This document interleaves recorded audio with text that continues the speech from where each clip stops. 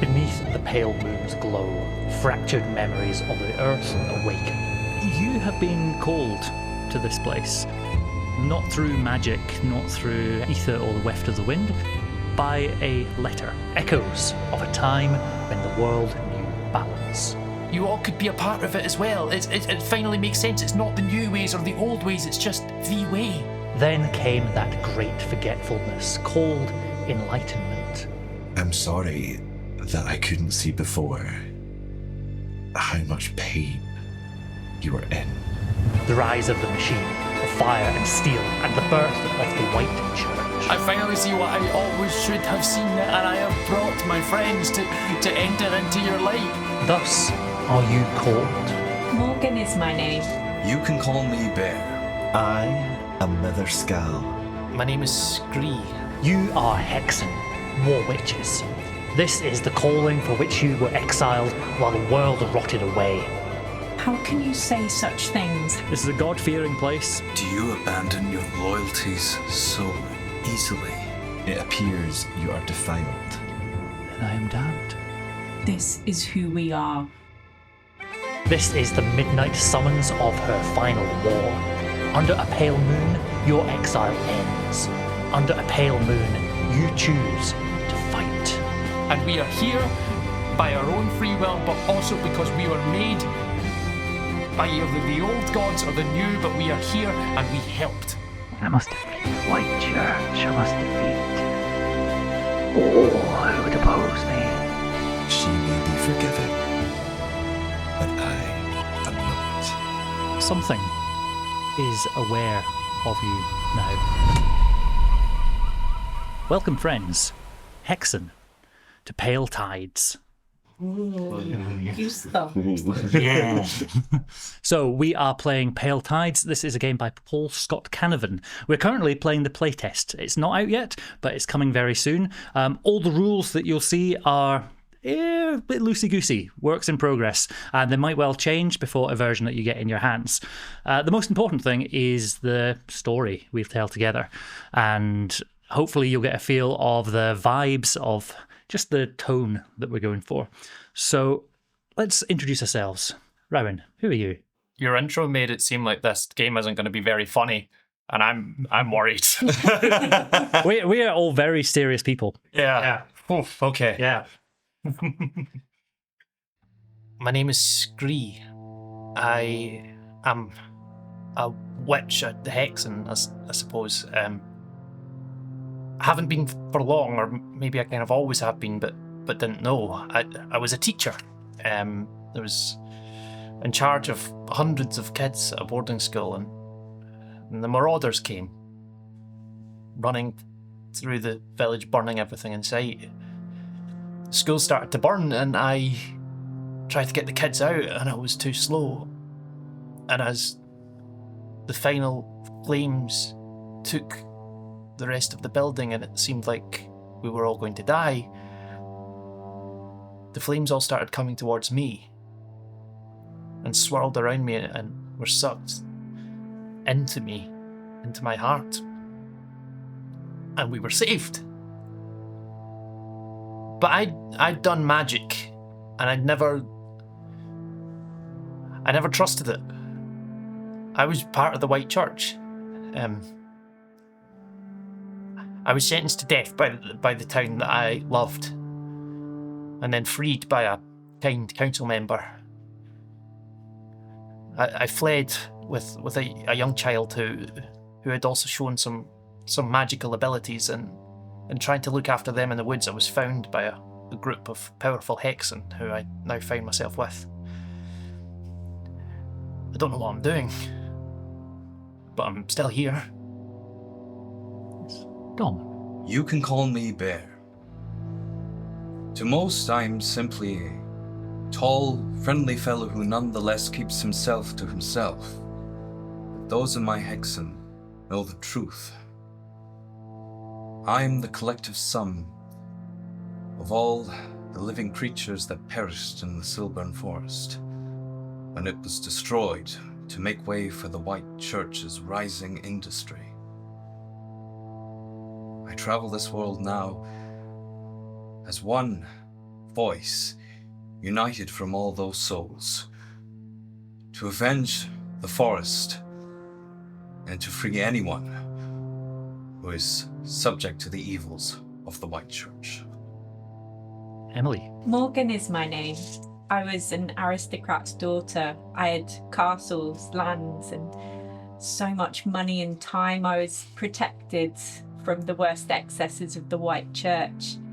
I barely even knew they existed, and then I started researching. I was curious. I wanted to learn more about the old ways, and I found a book, and I just read the incantation because I'm impulsive, and then I ended up in the underworld, and it was scary, and I'm not ready to talk about it yet, but I made my way back, and when I awoke in the tower that my parents had locked me in, thanks guys, they were dead, and I miss them every day, and there's nothing left. My castles, my land is all gone. They think I'm dead, and they would try and kill me if they knew I was still living, because I can talk to the dead. I can resurrect people back to the living, and it's a gift that I'm scared I love a bit too much. Jimmy. I am Mother Skal. One night, when they lived as a young maiden, she dreamt that she fell in love with the moon.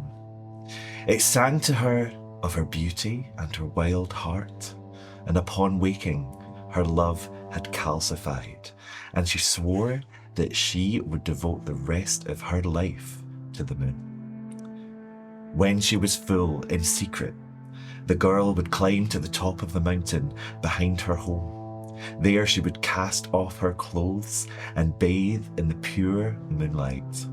The light fell on her like a warm shawl, even in the dead of winter.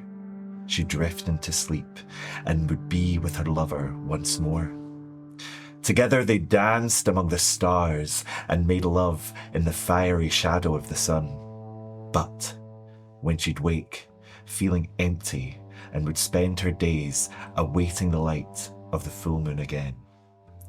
But one particularly cold November evening, she found the pain of her lost love had become unbearable, and she ran to the top of the mountain while the moon was new and gave no light. She wept inconsolably, screaming her lover's name into the biting winter wind. A dark voice that she did not recognize came back to her and pierced her mind. It told her that she would be able to walk with the one that she loved, but she would need to take within her all the shades of the moon, the dark and the light. She swore her commitment and felt the shadow of the moon flood her eyes. Her head pulsed with myriad voices, and she fell to her knees, searching her synapses for her lost love.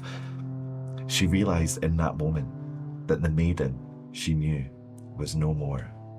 They were the mother of shadows, of the moon itself.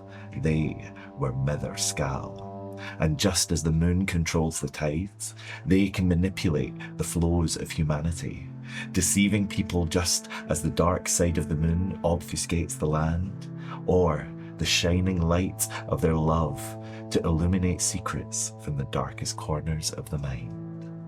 Now, why'd you have to do all that? I'd written that out. So. Showing everyone up. How dare you? Think I'm an improviser? First time on the channel and that bullshit. Yeah. So beautiful. Thanks. Picture the scene, if you will.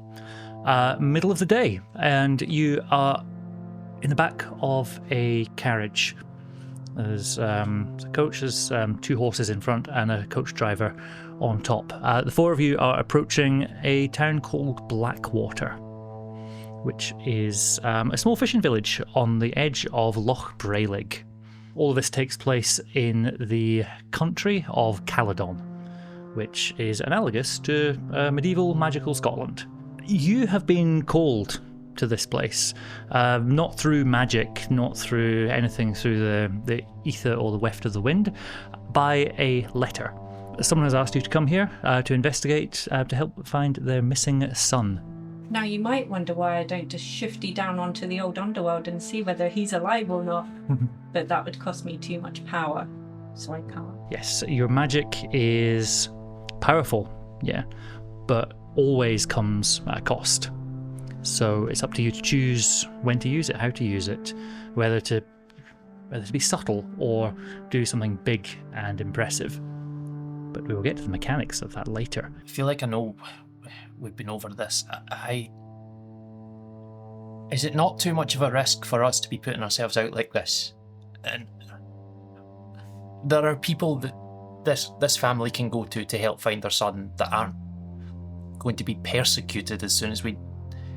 They've tried all options. In their letter, they said they've asked the local police. There is the local. It's a very small town. There's no particular local police. Things of matters in the town tend to get solved by actually like through the church. They've gone to the local church, and the church doesn't want to know. It doesn't care. I mean, the church that I grew up with would have helped, and so surely they can just maybe write a letter to the fantasy pope, and I don't know the name of them. Right. All I'm saying is that when we go out of our way to put ourselves in these situations where we are making a splash, we put ourselves in danger, and we put ourselves in the crosshairs of the White Church. And I know you've all been doing this a lot longer than me. I can't get my head around the logic behind it. Like, Scree, why would we hide? What have we got to be ashamed of? We are the ones who hold all the power in this land. That church thinks they've found something, but they hold nothing.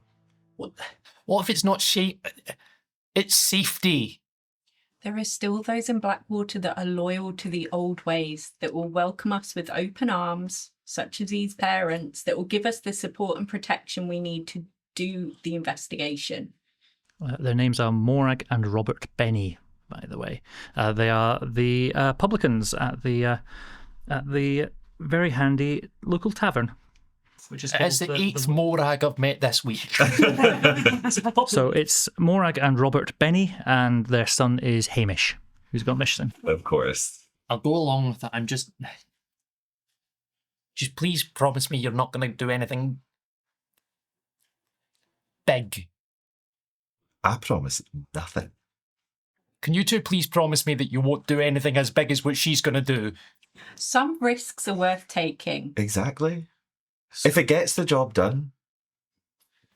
Scree, you can always trust me to be as discreet as I possibly can. You're a 7-foot tall bear man, Bear. All the more reason why I need to be discreet. But let me ask you this. If we did not answer this call, if we picked and choose which children to save from the White Church's grasp, well, how would we choose? How could we value one life over another? Why is it on us to choose? Okay, no, I understand. I want to save a child. Like, obviously I want to save a child. I'm not going to not save a child. I just kind of went... It's great. There is no one else. We do this because it matters. And really, they should have come to us first. At this point, you hear a knocking from the roof, and you hear a voice shouts down, "Right, folks, that's us nearly here. You all set? You know where you're going? Everyone happy?" Sure am, Hamish. They're not actually called Hamish. Good guess. Yeah. Everyone's. This is Patrick. Oh, of course. Yeah. Excellent. Yeah, Patrick Barr, if you must know, who has taken you all this way. It's been quite a long road. It's been a few altercations on the way, but you've made it safely. His fee is actually covered by Morag Benny. Oh, we can't possibly let them pay for it. I've got lots of money. I can. How much money did you have? You should have rolled. I did roll actually. Yeah. 11. Excellent. Yeah, you're welcome to pay him. I mean, I feel like he's already been paid and we should probably just give that money back to Because otherwise, we're just going to give him double money. I'm like, I'll give you a 10% tip. It was great, and I'll give you 5 stars on the app. But Argued the entire way, but thank you for not listening. Oh no, I heard everything. we were joking about being witches, by the way. You don't have to joke with me. There are more folks than you think who are open to the ways of the past. Thank you. I appreciate you not hating us. That's cool. I appreciate that. That's nice. You shouldn't thank someone for not hating you. That's a given. Well, what am I? Do you have a 10% tip? Thank you. I'm not marking anything on my sheet. That's fine. That's fine. Can I check what our current appearance is? You tell me. I will say all of you are able to blend in as regular folks. In terms of setting, this is a medieval-ish Scotland, so you can choose. Big cloak, and we've got like suitcases, something on top of the coach. Yep. Sort of big trunks. I'm still very much wearing what I used to wear as part of my job as a teacher, almost a kind of military-esque, quite stern-looking blazer and long skirt, sensible shoes, hair tied back very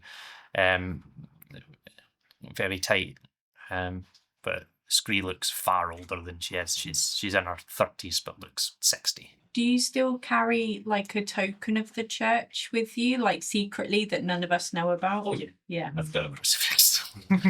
No, I've got whatever the symbol of the church is that I still wear as a necklace. And in fact, the school itself probably had an insignia for it, which had the religion of the White Church, emblazoned as part of that insignia that I would have on my blazer. I will say the insignia tends to revolve around individual martyrs and saints rather than like one unified symbol. So depending on which saint it would have been, often it would be maybe a little like engraving or a model or something of like their passion, their sort of moment of. I think Scree would very much be, because like as much as the White Church are a force of evil in the world, they certainly have values that the average common folk can get behind. So there's almost certainly a patron saint of the protection of children, which she is, a follower of, and would have that kind of, that kind of iconography that they carry with them. But again, more secretly, but still keeps that close to them. A question for everyone: what's your cover? What are you likely to say to people? Ooh. Are women allowed to have roles or? Yes. Yay, Fantasyland. It's fairly egalitarian. The discrimination tends to be sort of users of magic. Not particularly. No. If we're here to find a lost child and you have experience in teaching children, could we say that we're from a school or something? We're from social work. We're from fantasy social work. Are you all claiming that we all know each other? Well, so it's not awkward? Yeah. I think so. I think we are from Child Protective Services. But maybe could, I mean, how do we feel about pretending that we're from the White Church? Yeah, where does that sit in our morals? No. I would, because I am. Yeah. Yeah. I can't see either of us wanting to do that. I imagine you being like, why do we even need a lie? Yeah.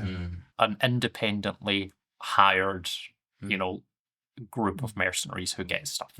Yeah, like an all-purpose group who just happen to look funny, but Speak for yourself. We're basically like PIs, sort of. You are hunters, basically. You are aiming to solve magical problems, get out into the world, And that's how we make our money as well. yeah, and it's really the only like thing that you're able to like stick at long term. Because if you were to try and go back to your teaching or something, you'd likely find, you'd be found out sooner or later. So it's advantageous to be always on the move, always sort of shifting around. Yeah, I think we just go as independently hired PIs. That's what we're creating the guise of ourselves as. Yeah, nice. Which should be fine. They very much exist in this world. There are mercenaries. There's groups outside of like the sort of the army and the conscript troops. There would be people who would move down to town, either merchants, people moving like within the White Church, and there's lots of good reasons. You've done this before. Unless you do something very wrong, your cover shouldn't be blown, at least to most people. Fireball. The coach pulls to a halt, and you look out into the village square of Blackwater. It's a small town. There's a cluster of buildings around. You've passed a few farms along the way, but this is the town proper. There's lots of smallish buildings, cottages, and you see, it's very clear, you can see the White Mare Tavern, which seems friendly and welcoming. But in general, the vibe you've got just looking around the place as you come in is of somewhere with like hardworking people, but not much. It's not a particularly joyful place. Even though it's sort of late summer moving into autumn, there don't seem to be as many of the signs of sort of bountiful harvests and things. It's people scraping by. It's people sort of doing their best, and you can see a lot of the places maybe a bit worse for wear, in need of either a lick of fresh paint or just a bit of maintenance and repair. You are able to get out of your carriage and have a look around. I think maybe as I step out, I give Patrick a tap in the back that's maybe a little bit too hard. Just a friendly, just sort of, yeah, like that, basically. Yeah. What, just as he's lifting like the big heavy boxes? Oh God! Yeah. Oh, sorry. Why don't I help you with that? Sure. No, thank you. I'm just last part of my job, like to get things all right. But yeah, you'll find Morag. You'll find Morag in the tavern there. Heads down, we'll head in, we'll speak to her, we'll get this done as quick as possible. Ideally, no one will know that we have even set foot in this town. And if we can slay a few members of the church in the process, then all the better. You won't hear me complaining. Damn right. It's not quite bustling. That's maybe not the right word, but moving swiftly and with intent. A woman comes into the square. She seems to have come out of one of the other buildings. She's tall, quite severe looking, in her early 50s, with white hair and quite dark eyes, and walks up and straight up to, I don't know who'd be in charge. Maybe looks at you and says, "Oh, welcome to Blackwater. It's a pleasure to have new folks here. Are you here on church business?" No, actually, we're here to help. And Okay, right. That is immediate. We're having the first roll of the game. Let's go. So, I reckon this is going to be your voice. And so the way that the mechanics work is, how many points did you put in voice? Excellent. So you're going to roll 2d6. And I'm going to say you need 2 successes for this. 2 successes. And a success is over... And if you get four or more is a success. You can spend will to roll extra dice. You could choose to roll an extra dice if you like, if you want to spend one of your will points, of which you start with 10. Yeah. Well, it's 2 6s, folks. Oh, wow. That's a boon. Yeah, what a start. we'll With a boon, you get firstly you get to roll both dice again. Okay. Yeah, so 6s explode. Oh, sweet. Yep. Okay, so that is 4 successes in total. So the numbers on the dice is just a pass or fail. And very compelling. Indeed. You managed to sort of gloss over that, so it doesn't seem to be... You've not offended her with this. I imagine she just thinks it's a joke. He's just making a witty... Well, it's a pleasure to see you all. May you all move in the grace of the Lord. And puts her hands like this. Do any of you return the gesture? Yeah. I think I would as well. Yeah. No. Okay. Did you return the gesture? Absolutely not. Cool. But I do smile. Excellent. So the boon that you get is, she smiles. She actually smiles at you and says, "Oh, well, it's a pleasure to have new folks in town. Are you staying for long?" Well, hopefully not. We're actually here investigating the disappearance of a small child. Oh, tragic business. Do you know of it? Yeah, it's been. Tell you what, come inside. And she leads you into the White Mare Tavern. And you do immediately see Morag there. That's Morag Benny, the publican. You also see there are a few other people around. This is like the middle of the day on a Tuesday, but there are a couple of people propping up the bar. She is actually just... she's at one side of the room. She's got a big pot on the go. Looks like a stew or a soup that's going to be coming soon. Looks up as you come in and says, "Oh, hi. You've all met. Great. Okay. Morag Benny, welcome to Blackwater. Welcome to the White Mare. It's a pleasure to have you here. And I see you'll be the folks who've got my letter. Brilliant. Oh, I'm so happy you're here. Is there like a special hexen kind of symbol or like gesture that we do that we can't do while we're in front of other people? Like just to like communicate? I'd say each of the old gods and things, each of the old ways would have like a signs and symbols associated, like so the sign of Pan or something, or may your silence never end. Very nice. Don't say that though. That's nuts. Yeah. You'll get us killed. Would you actually say that? Yeah. Morag replies immediately, saying, "May your silence be blessed," which is the sort of call and response thing.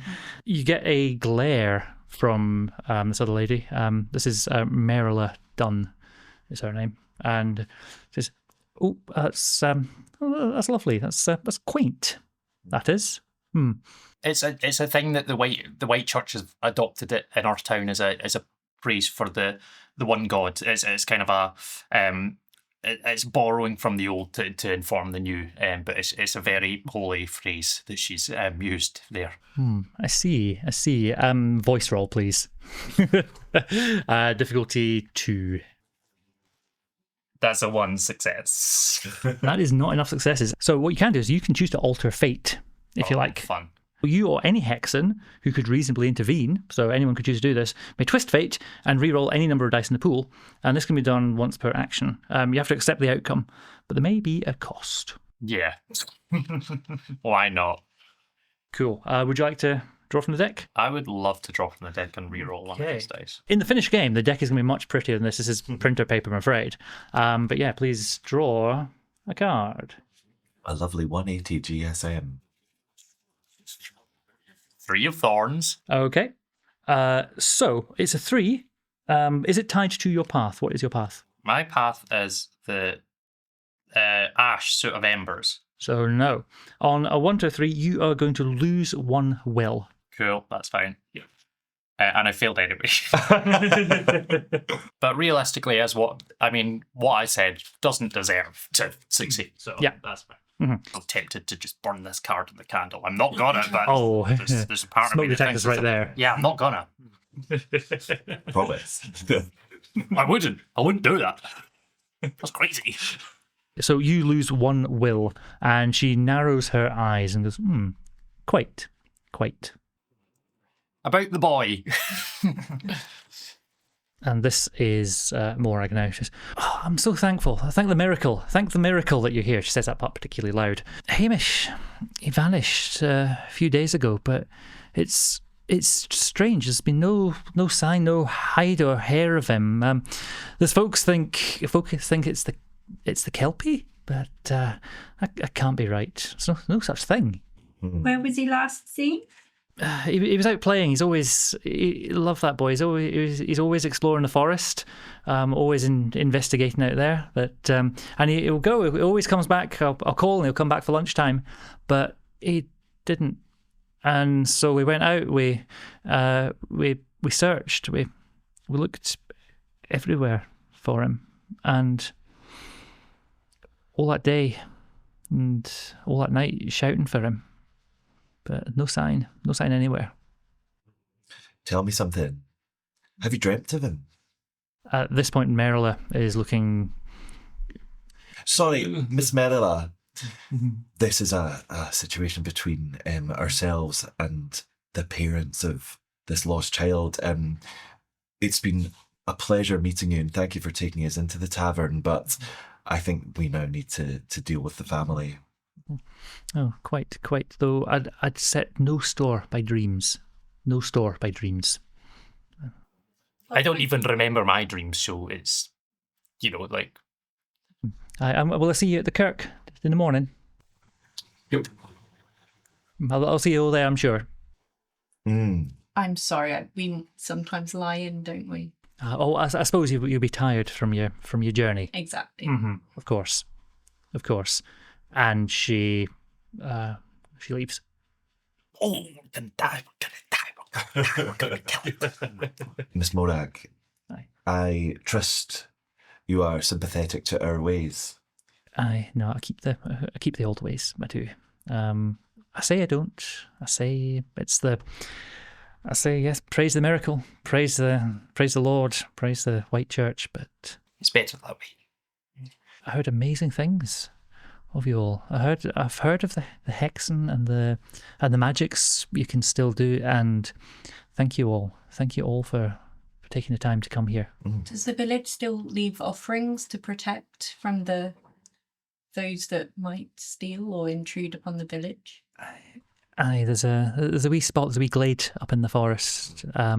That's a place we leave stuff. But between Merla and Father Alden, it's tricky. They watch. I appreciate them having their faith and them believing, but no, it's becoming tougher and tougher to like find my own, follow my own path.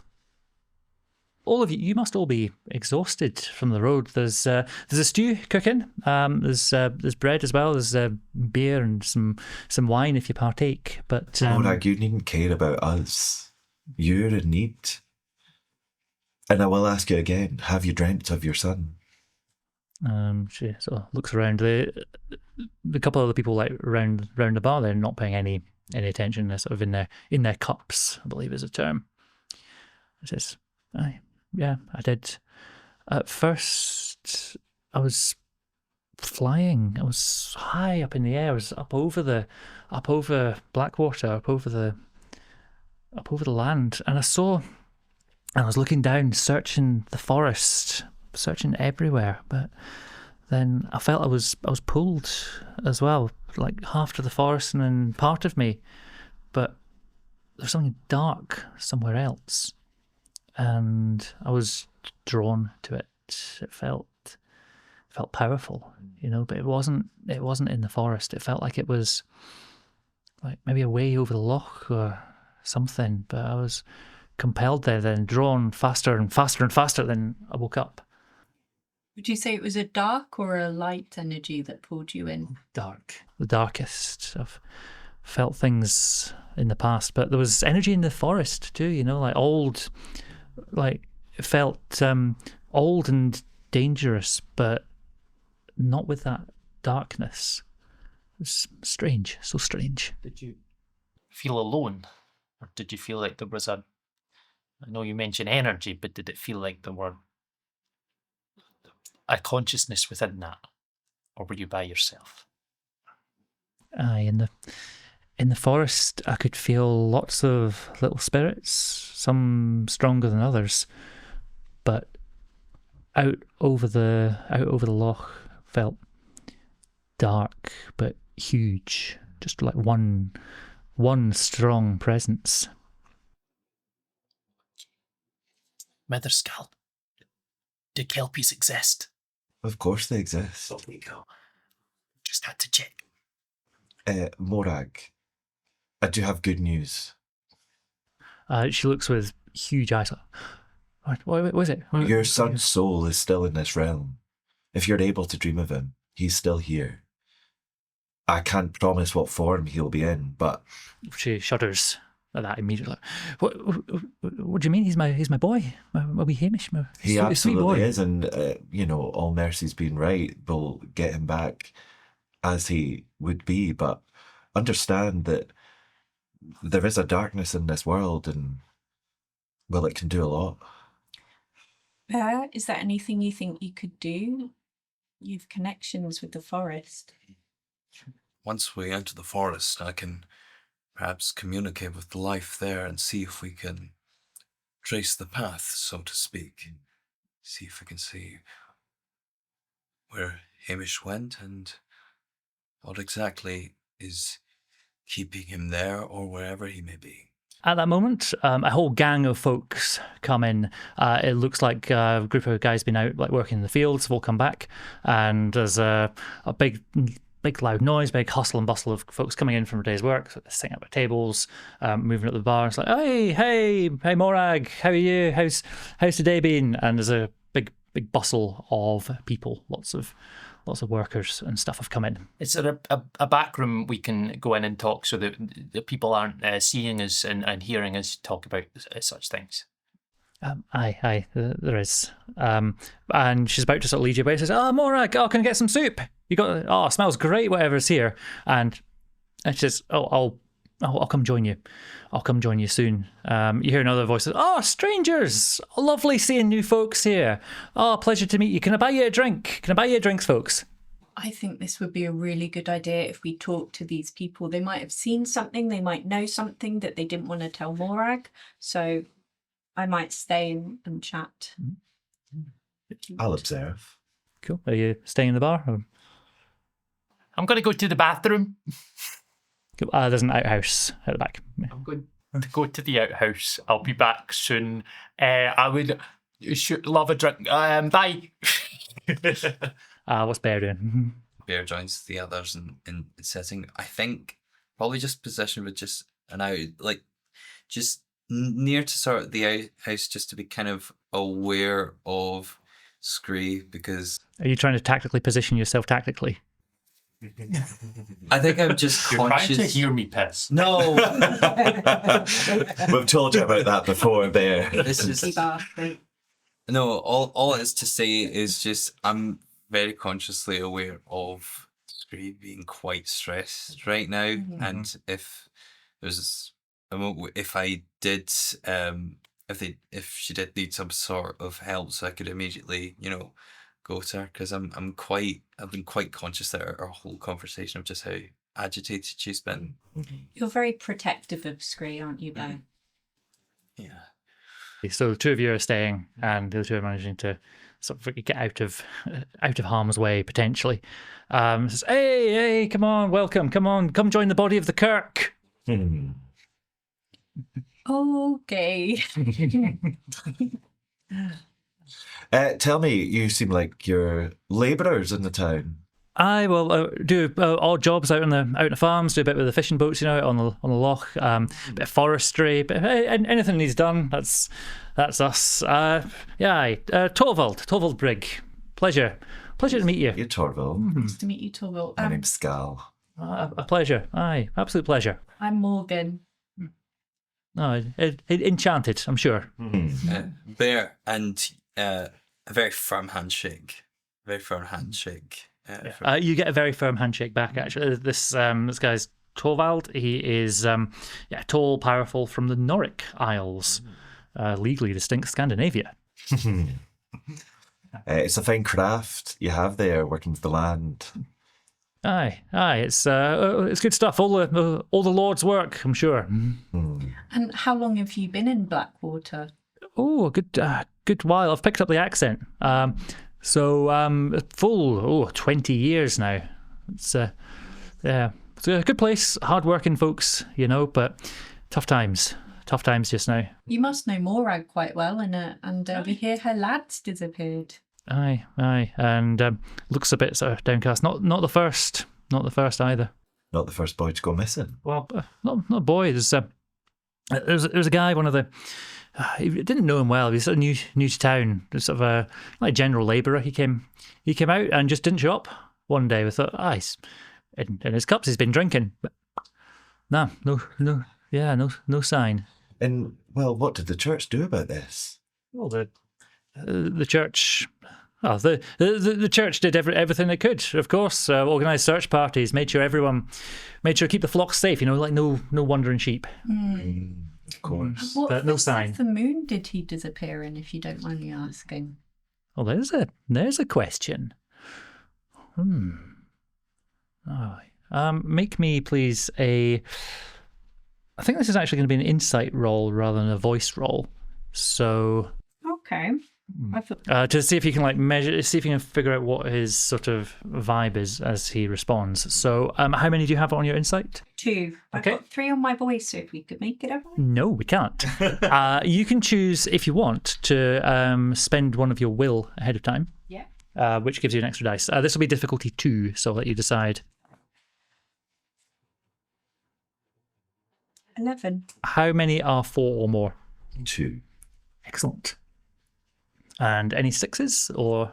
Ones. This guy seems to be a believer and wants everyone to know it. Seems to be loud and proud in his faith. Pride is so important. It really is. Pride is for this guy. And so you asked, what phase of the moon did vanish in? Well, I don't rightly remember. It's not something I've tracked for a long time, if I'm honest. No, I couldn't say. Honestly, couldn't say. Would you know of anyone in the town who does continue to keep track of these things? This is a God-fearing place. Yes, of course. Was he in the forest by any chance before he disappeared? Aye, potentially. I mean, we searched high and low, but no sign.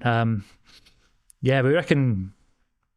Well, we think the Kelpie got him, to be honest. So I've noticed that there's lots of chat around this town about a Kelpie.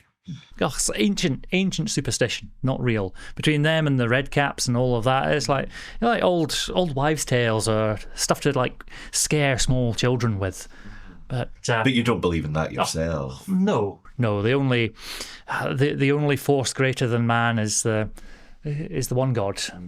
So a most likely explanation for his disappearance would be... Just got lost, wandered off, went somewhere new.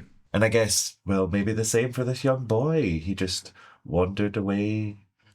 Makes perfect sense to me. Can I get a voice? And the window outside. I would like a voice roll from you, please. Just to see how well you can carry this sort of. It's not really deception, but you're choosing to sort of go along with it. Can I support? Yes, you may. Spend a will to add a dice to her. So you start with 3, and Jimmy is going to give you one as well, so you get 4 dice. So nice of me. 3, 2, 1, 6. So only 1 success. Now, I'm sorry, I should have said in advance. This is difficulty 2 again. At the moment, it's failing. Would you like to re-roll a dice? Yes. 1 die. Yes. Okay. Card from the deck. It's only 1 dice she gets to reroll. Yes. It's like Yeah. one pair Yeah. draws. 6 of embers. And what's your... Death suit of bones. Okay, so that's not your thing. But on a 6, the cost for you is you will have a disadvantage on the next skill check. Okay. So if you can just remember for yourself. But if you want to re-roll that one and you're trying to get 4 or more, see if you can get a success. Oh. Yay, that is enough. And you're able to... You're convincing enough. And it goes, all praise, the one God. And in the moment before it would get awkward, someone says, "Hey, Torval, come here, come have a drink," and turns away, and you get very lucky.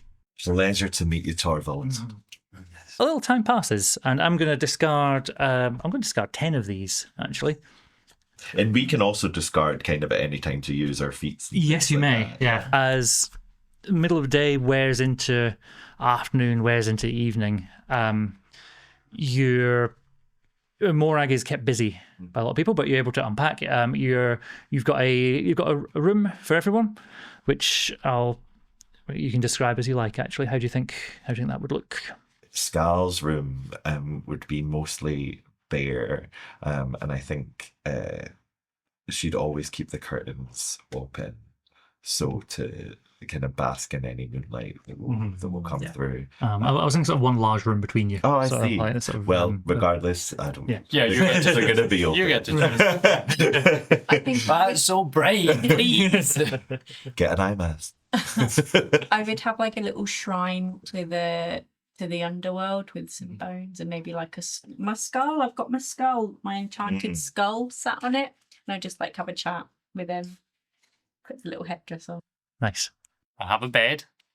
It's nice. I have a nice book by my bedside table. It's a self-help book. It's about...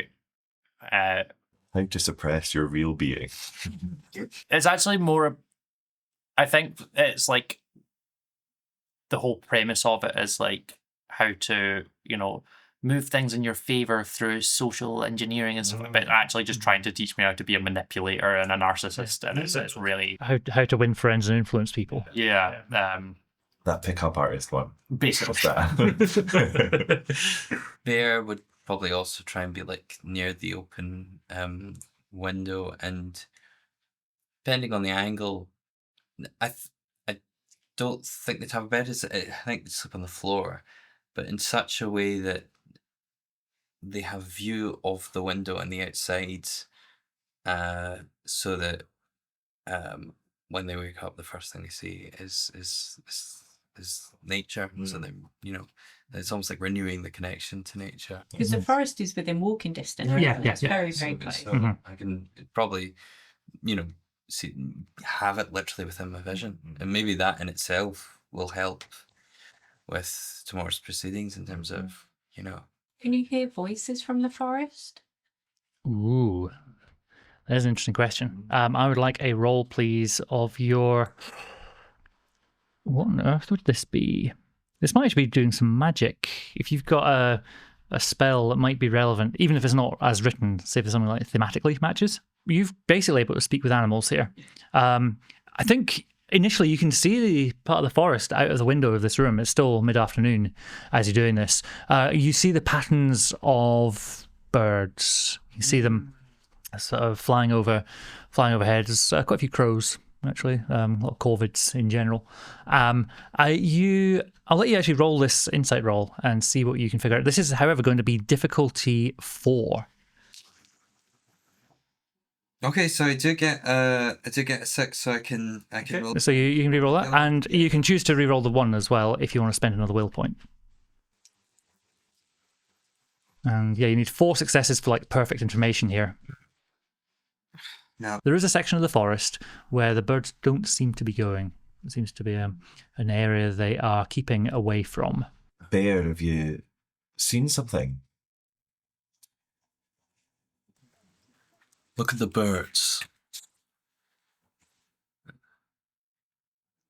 They're circling all of the forest except that point there, and I point to a specific area. It'd be incredibly hard to see, like the place where birds aren't going, because there's not that many of them.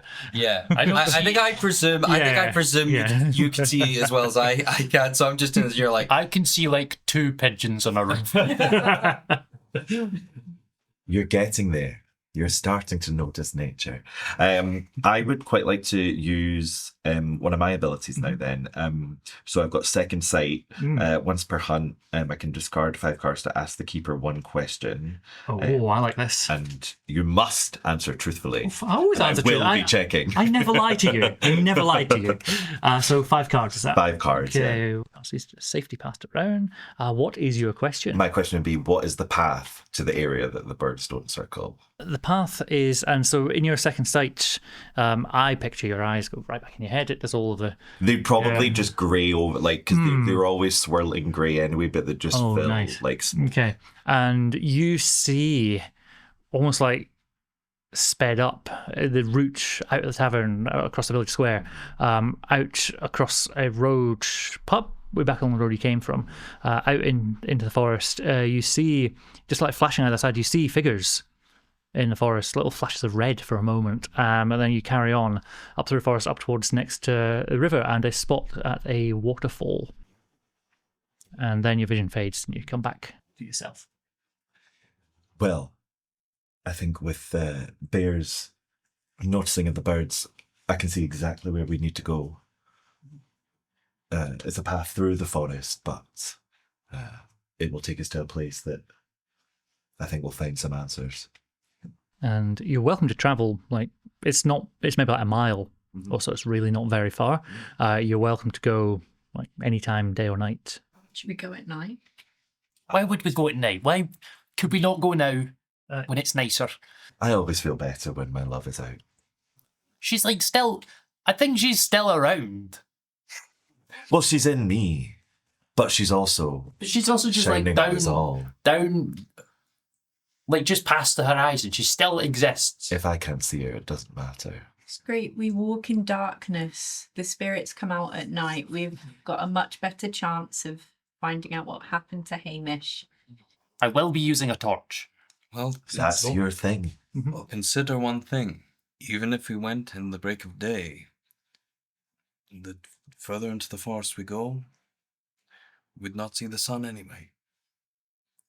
How deep do you think this forest is? It is a pretty deep, dark forest. Another thing for you, the moon is new just now, so you might be a bit... He's a bad boy. That explains why I've been so tested. We cut to in the forest. Nighttime. I am, as I say, I've got a little small living flame just in the palm of my hand, which I refused to do until we were like a good bit into the forest in case anyone saw us. But I'm kind of not leading the way, but holding my hand up so that the light is scattering around and we can all see it. Is that one of your cantrips? Or just... It's my core feat, Witchfire. I can just do that. Cool, I'm going to discard another 1, 2, 3, 4, 5 cards for a small passing of time. This isn't a built-in rule, but it's one which feels sensible to keep things moving along, because most of the cards get discarded when you start doing spells and in combat and stuff. So I'll pass these to you. I think as well, as we walk, the way that Scal is, there's just this kind of like faint glow, so it always look like they're like bathed in moonlight even when it is dark, but it's not like a light that you could, like a light source, it's just a glow. The skeleton in me comes out at night. What does that look like? Whoa. Like a skull. You can see the bones in my... Oh, like, nice. So like your skin sort of goes like translucent. Yeah, think Pirates of the Caribbean. Yes. Yeah, so that midpoint between... Yeah. I like that. love that. Mm-hmm.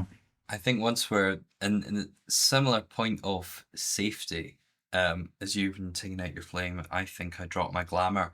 Up until this point, I have looked like, a 7-foot tall man with a long brown beard, long brown hair, dressed in sort of, a mixture of sort of brown and green, but like sort of layers that necessarily sort of survive in the woods. But once my glamour fades, my beard becomes a collection of leaves, and my legs are almost like 2 strong tree trunks, surrounded by vine. And my upper half is like green leafy, as if like my chest and my arms are spurting out from the trunks. The only thing that is the same is, aside from the shape, because it's the same overall shape, the only other similarity between this form and my glamour is these piercing hazel eyes. So like the Green Man. Yeah.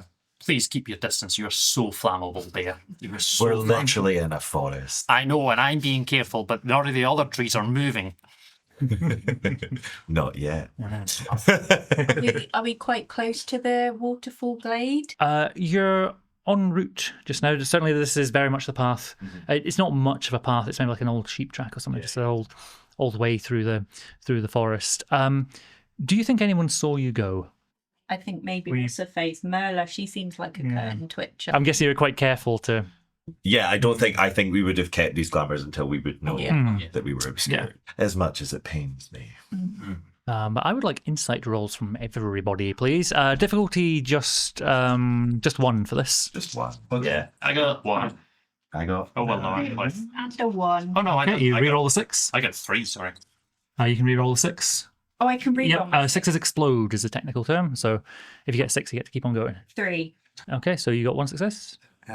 No, one of the 3, so nothing. Okay. 3 successes. Whoa. Okay. So the two of you, you notice flashes of red, just for little brief moments at the side of the path, and then gone again. You probably don't get much more than that. Just was that something? You know exactly what this is. There is a band of red caps. Ugh. I know. Again, it's like every forest we go to. We cut to the last forest you went to. Bloody red caps, just like the last time we were in the forest. We cut to the. What the hell are those? These are red caps. And- You'll find them very annoying. When was the last time you saw them? The last time I was in a forest. We cut to that. And the thing about these red caps, they're not your standard world's favorite role playing game red caps. These are actually tall. They're humanoidish figures wrapped in the flayed skin of the dead. I can talk to them. You can put to the skin. Talk to our skin. I can talk to people who are wrapped in the flayed skin of the dead. I mean, not only that, but if I discard 5 cards, I can speak to a corpse or a spirit. Cool, that'd be interesting. So a bit more on red caps first. They move in this sort of twitchy, predatory purpose, and often watching from the trees. They're drawn to violence and death. And you know for a fact. We get on so well. Yeah. You know for a fact, Mother Scale, that they covet weapons, trinkets, and fresh meat. Same. Yeah. So maybe sorry, Bear, I've brought in like a dead animal or something as an offering as a gift. Okay. You want to try and placate them. Yeah. Okay. Describe how you'd do that as you pause for a moment.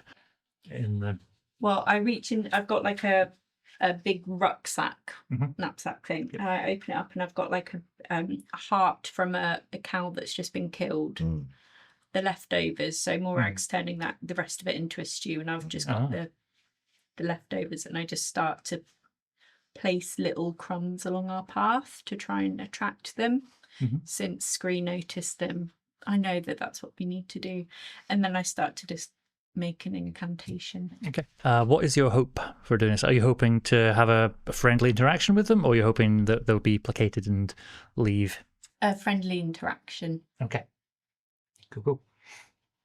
Let's see. So you do exactly that. You place a few in your path, and you keep on walking along. It's another 5 minutes or so, and something draws you to look behind you, and you see 3 of them on the path behind you, and they all sort of look up at you. They're like, meet new strange. Listen.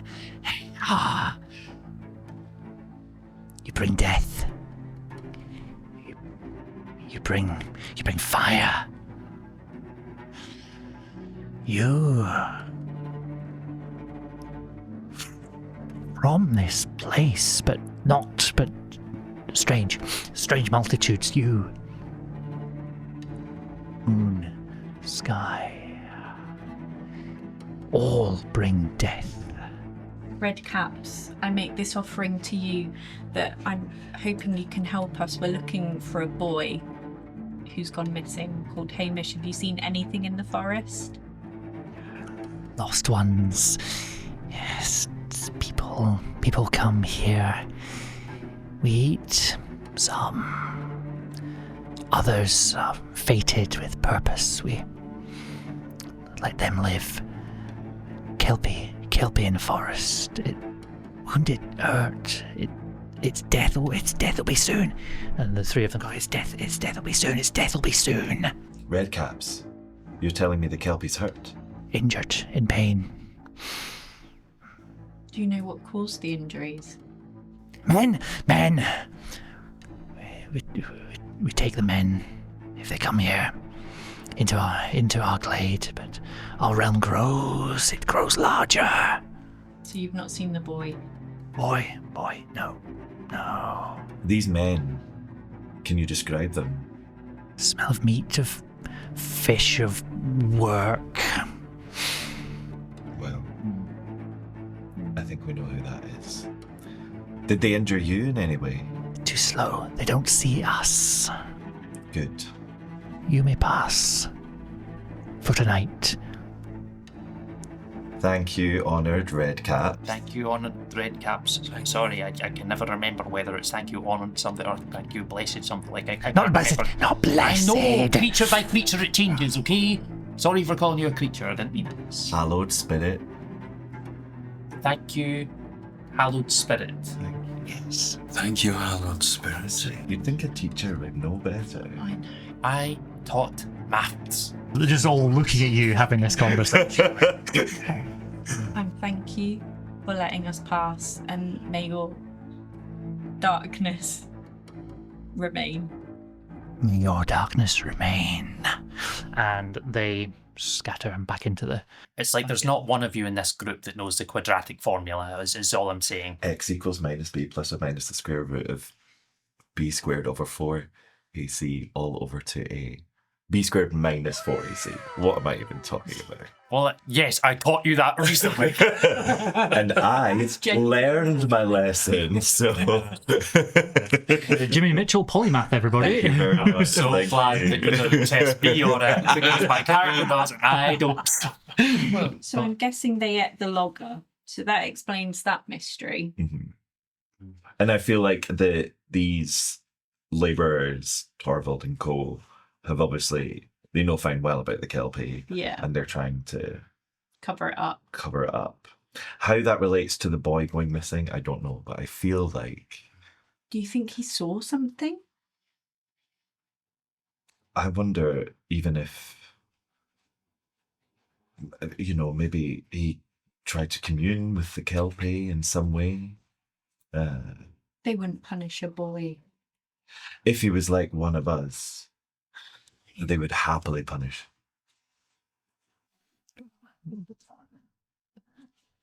Bit more time passing. Well, to the waterfall. From behind the cloud, a little sliver of moon appears in the sky. It doesn't light much at all, but you're aware of it. Mhm. You come to this place that you saw in your vision. You come to this waterfall. It's beautiful. It's a lovely place, and each of you can feel the sort of swelling of sort of the energy of the spirit of this place. I'd say you especially would feel this sort of wounded. There's something wounded and injured here somewhere. And I would like insight rolls from everybody, please. Difficulty 2. See if you can see what you see. 3 success. So mine was 2 successes. 1 success. 1 success. Cool. What you felt as a spirit, as a presence, you now splashing in the waterfall, in the water. You see the Kelpie.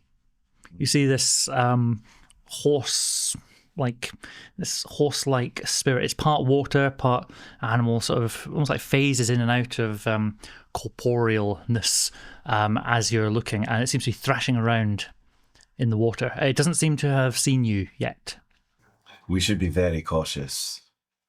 A Kelpie, particularly an injured one, can cause a lot of damage. Should we?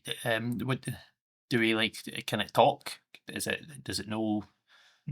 Does it know our tongue, or do we try and do some do we treat it like a horse? A Kelpie is not a horse. Have you not read any of the books we lent you? I have been reading my self-help book. I'm trying to get to the core of me before I get to the core of magic. I can't. She's a teacher and she refuses to learn. It's devastating. I will say you know that Kelpies can take a human form and they can have a horse-like form as well. Neither of which is really true, but the human form can communicate. How would you like to approach it? Well, I can, of course, speak to the spirit bearer. I don't know if you want to take the lead in this. Yeah, I mean, I'm spending 2 will to get 2 extra dice for this roll, and because of beast speech, I make this with advantage. Cool. And that's 3 successes. Very nice. Okay. So you are able to communicate with it in this horse form. I hurt. It hurt so much. The water's not helping. Be calm. Friends are here now. Looks at me. You. What are you? What is that? What are you? Still thrashing around in the water. And I lay my hands on the Kelpie, and I just say, "Hey, we are a Hexen. We came here to help you." Bear, is it hurt? Oh yes. I'm gonna step forwards and also very sheepishly behind Bear, lay my hand on it and clap and do cleansing touch, which is one of my minor feats. So it's discard 5 cards, Okay. and I restore a hit slot to this thing. Okay. First, could both of you please roll guile rolls for me? Oh yeah. Now only one. Oh, yeah, it's a 1, but I rolled a 1, so I'll add 1 dice, so 1 success. Okay. You can spend another will point if you want to re-roll that one. No, worse. And so that's your card, King of Whispers. What's your suit? It's not Whispers, is it? No, it's not. Okay, on a face card, the keeper marks a dread. Yay! Yeah, that is the first dread, I believe, of the game so far. What does a dread do? So that is my currency. I can mark dread when Hexen draw too much attention, kill innocents, perform rituals, or players draw major arcana cards. It's also a side effect of casting spells. I can spend my dread to introduce a complication, interrupt the combat if we get to that, and I can also make new enemies and things appear, or just discard more cards because I feel like it. But the two of you, I'll say you both have to get into the water for this, and this Kelpie is thrashing around still in this horse form, but you are able to communicate. You can't hear a word of this. All you can hear is the sort of the whinnying of it. But I succeeded in my guile roll. Dom, can you please mark a hit as you get whacked by a hoof? Okay. So just fill in the bruised box, little bruised circle halfway down your sheet. So I'm going to cast cleansing touch on it, which is a minor feat. So it's discard 5 cards, and it restores 1 hit slot to myself or a target. But I don't know if that chart. I don't know if that counts hit slots for a. But regardless, the way this actually looks is, I go forward and kind of lay my hand on it, and for a second, you've all seen this before, so it's not concerning. But I imagine the Kelpie might panic because it is wreathed in flame, but it's healing flame. So flame just literally for half a second bursts out from my hand and covers its entire body, wreathing around it. But any wounds that it might have are partially cured, if those are wounds that can be cured with this. Is it a different colour flame because it's healing flame? Not... All just like Standard. Yeah, exactly. Cool. And so it's weird because it is a spirit of water and wreathed in flame. A huge cloud of steam goes and fills this space entirely. You cannot see a thing in front of you. When the mist clears, you see a man naked, lying by the bank of the river. Calm down. And you can see in his side there's a wound which is looked really bad, but it seems to be closing actually as you watch. I didn't do that. I did not do a transformation spell. That wasn't me. I just did the healing stuff. Okay, it's classic Kelpie. We cut to the last time you saw a Kelpie. I was probably making love with it in human form. And it turned into a horse halfway through, and I was like, we cut back. we're riding that we way. cut back. I think I just put my riding that wave. I think I just put my hand on your shoulder and I just said, "You did well." Thank you. Looks up at you. Goes, Thank you. Thank you. I was so hurt. I was close to death.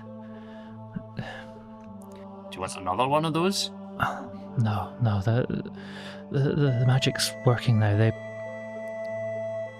weapons. There was something on them. It was... Kelpie, what form were you attacked in? Also, sorry, what's your name? So we don't call you Kelpie.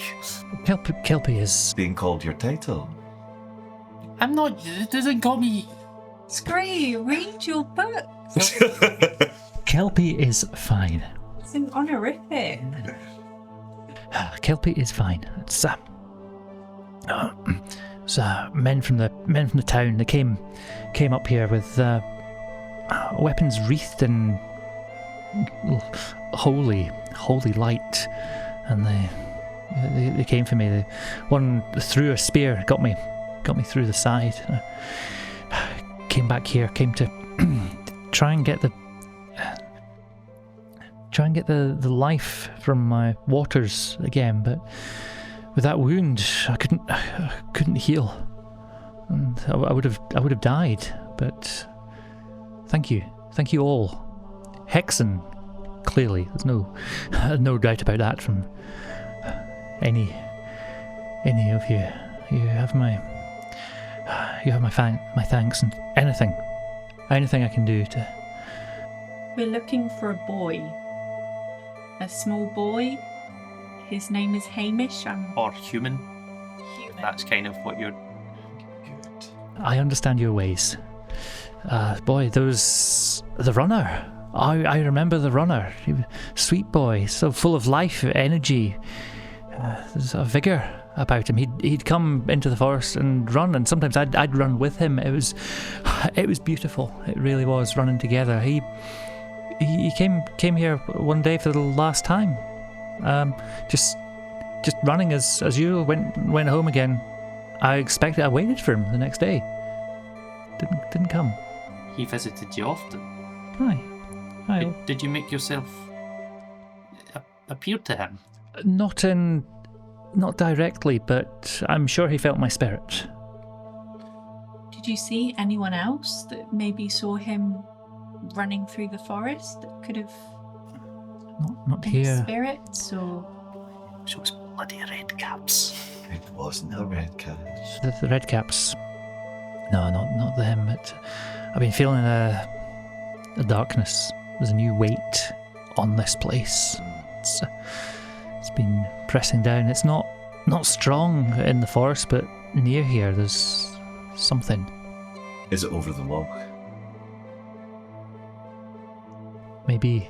I don't go there. It's running water for me, not the stagnant pool. But there's definitely something there. It's not right. It's not the wild magics. It's not our... And looks at you. It's not our magics by a long way, but something old, something dark. The men who attacked you, how did they know that you were here? I've always been here. I've always been sort of part of this part of the world. The men who come into the forests, they'll see me. Sometimes they'll see me by the river, dancing with a fish, jumping around, but their hearts don't have joy anymore. They've taken a new path, and they were, I don't know, instructed, ordered, commanded to clear this place, clear the forest of any spirits. Well, I can certainly say that if it's the will of us, we'll make sure that that mission no longer exists in this town. You have my thanks again. I will repay you any way I can. You may call on me if you need, and I will come. That's most gracious. Thank you. We cut next morning to the chapel. Who is there? I'm not. Nor I. I'm there. I think I'm there as well. It is a new day, and we have a new phase of the moon. Exactly. New danger, new escalation in all kinds of things. We'll see what happens. It'll be interesting. I've reset the deck. The moon phase will turn automatically if you exhaust the deck. But I think it's nice having it on a new day. Yeah. Anyway. Right, so we start afresh? Yep, so it's a fresh set here. There is singing. You are in the congregation, I assume, and everyone is standing up, all singing the words. There's handwritten, in fact, no, I think we've got a printing press. There's a printing press in this world. Printed hymn books, and you are there in the thick of things. Are you singing along? Oh, yeah. Yep, you singing along? Yeah, I'm seeing. Okay. At the front of the kirk, there is there's a preacher whose name is Father Aldrin. And he's middle-aged, tall, broad. He's got long, greying hair, but with a close beard, quite well trimmed. Seems quite soft-spoken, but has a good projecting voice, and you can hear his voice in particular is ringing out among the congregation. Is he from the area, or did he move here for the ministry? Ooh, good question. I reckon he is relatively local, but from a few towns over.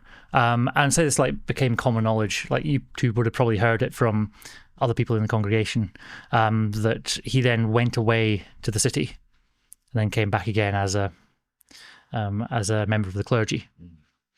And you can see that Merla is there as well. Basically, pretty much the entire town is there, including Morag as well, and her husband Robert, as well as Torvald, and all of the people who you've not actually met yet.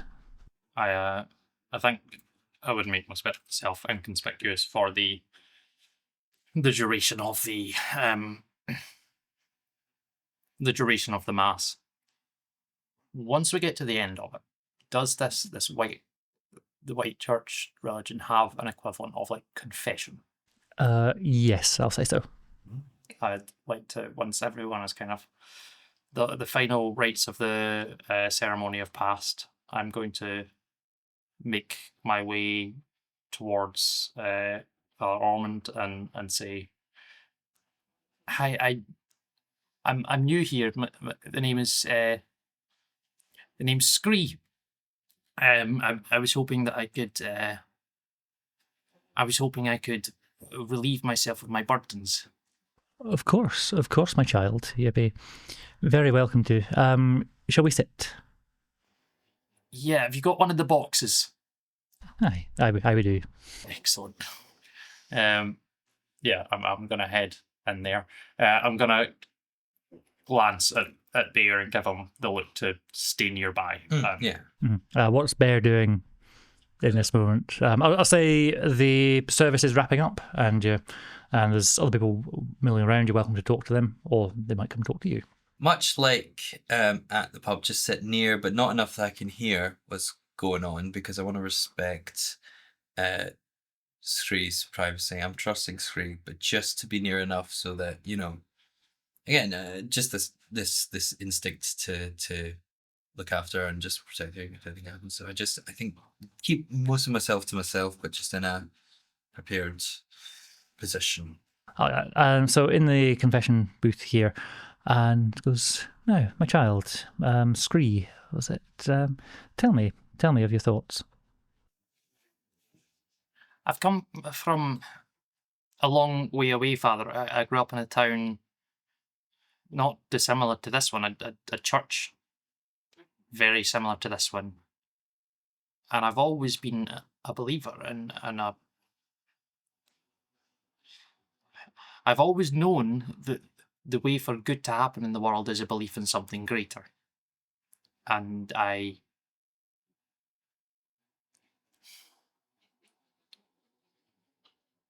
there's been other... You can speak freely here. The only judgment is from the Lord.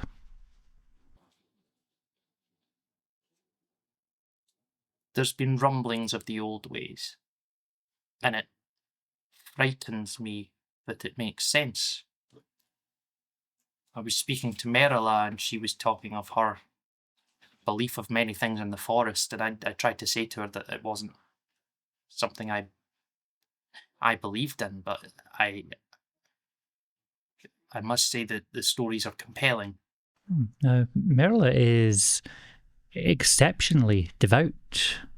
She's, I don't want to speak ill of your congregation, no, Father, of course. but I came to her as a traveller to this town, and spoken to her and spoke of my faith, and she spoke openly to me in a forum which I believe she didn't believe that. She didn't believe she was in any risk of things getting out, and I don't want her to get in trouble from this. I just wanted you to know that she has a great deal of thoughts about things that may live elsewhere, and I suppose my confession is that I started to listen. I started to listen to her talk of kelpies and redcaps and other things greater than men that is not the one above. And the hexen. The hexen? Oh, nothing to do with them. They're preachers of darkness, preachers of horrors. No, please, I hope that you'll have no dealings. No, of course not. And if I did, I would immediately turn them in and run the opposite direction. But if I ever met one of them, I would deal swift justice. But my sin is in listening and hearing the words of someone who maybe isn't quite so holy. Unless there's any truth to the things she's speaking about. No, I can assure you straight away there's no greater power than our Lord. The Lord is wise. They're patient. They are forgiving of those who will embrace the purity, embrace the suffering, embrace our Lord's sacrifice. If you're willing to do that, then your conscience may be clear. I saw something. I believe a sign from our Lord. A miracle? A flame that did not burn me appeared. That's incredible. No, I don't know you, but I feel you. I feel you speak truth. There's a flame. Did others see? No, only appeared to me in my restless hours. So this flame, did it speak? Was there a voice? Was it the voice of our Lord? There was a presence of light. It banished the darkness. It did not speak, but I knew I had a purpose to find the truth of this world, to find those that parade as greater than man, and to stomp them out in the name of the White Church. Any creatures that may be lurking, any spirits or those things that we only hear about but are never told if they're true. I need to know, Father, are these things real? Because I feel it in my divine purpose is to expunge the world of these things and rid us of these things. Truly, truly marvellous. There is only one Lord, but as manifestations in this world, there are And he pauses for a second. There are creatures that move through him. Beautiful, incredible, divine creatures. Angels that act and move in the presence of our Lord. And there is, I believe that judgment is coming, that glory is coming, and coming here, coming to us in Blackwater. Do you have a hand in this, Father? I Speak now if you do. I wish to know if you are a great prophet of these blessings to come. I wish to be a part. I wish to follow. Come with me. Come to the altar. Yeah, okay. Let's cut across to how are you spending your morning of godlessness? I actually think I would have slept in the clearing. I don't think I would have gone back home. So you just walking back now? Yeah, whether you would have, I don't know, hung out or whether you just went home, I don't know. I don't know, because I feel like the night is when I truly come alive. So yeah, I probably stayed. So maybe, yeah, we're going back through the forest. Yeah. Because we're walking back, so we've stayed in the glade. Yeah. Walking back through, can we go past the lock? Oh, sure, yeah. You see, so walking past Loch Braelig. Braelig. Was Braelig and the slithy toes that guile and gimble in the wave. That's the Jabberwocky. That was above table. No, it wasn't. Out across the loch, there's an island, not very far out. If you look out further, you can see there's mountains puncturing the skyline, a different forest that runs up the mountains as well. And this island, a bit closer to, you see the ruins of an old keep. Actually, very much tumbled down. Very much been a long time since anyone has lived there. Can both of you please make insight rolls? Difficulty 2. If I discard 5 cards, I get 3 insight. Ooh, sure. Okay. 2 success. Nice. Only 1 success. Okay. No sixes? Nope. Okay. Well, with 2 successes, I'd say you're increasingly in tune with sort of the area around you, and you feel there is something about that island. There's a weight, a heaviness to it. I think if we're not fully in the daylight, if there's still moonlight around, I think that's how kind of Mother Skull can interpret the landscape, is how the moonlight reflects off of something and the way that it reflects. So I think there's more shadows than there should be around that keep. And I think I'd communicate that to you. Morgan, do you get a sense of something out at that keep? I can feel some very dark energy. Is it death? I think so. I think there's been a lot of death on that island, on that keep. I don't know what is over there, but it's... I can just feel the pain and the screams of 1,000 souls. It feels ancient. I am ancient, but this is something older than even me. I think that's whatever happened to Hamish, we'll find out if we travel to the keep. I fear that we're ill-equipped. That's a good point. We don't have a boat. There are fishing boats and things down. There's a little jetty. There's a little harbour. I wouldn't feel comfortable going to the keep without the rest of our hexen. Yeah, we should wait for them. And then... I think it's not specifically written down skill, but because a lot of my powers are psychic, I think like I would be able, and because they're our hexen, I would be able to send a sort of like message style cantrip to them to kind of sum them to the law. and I really like the idea that it hits you like right in the middle of. As he's walking me to the altar, and I just go, I'm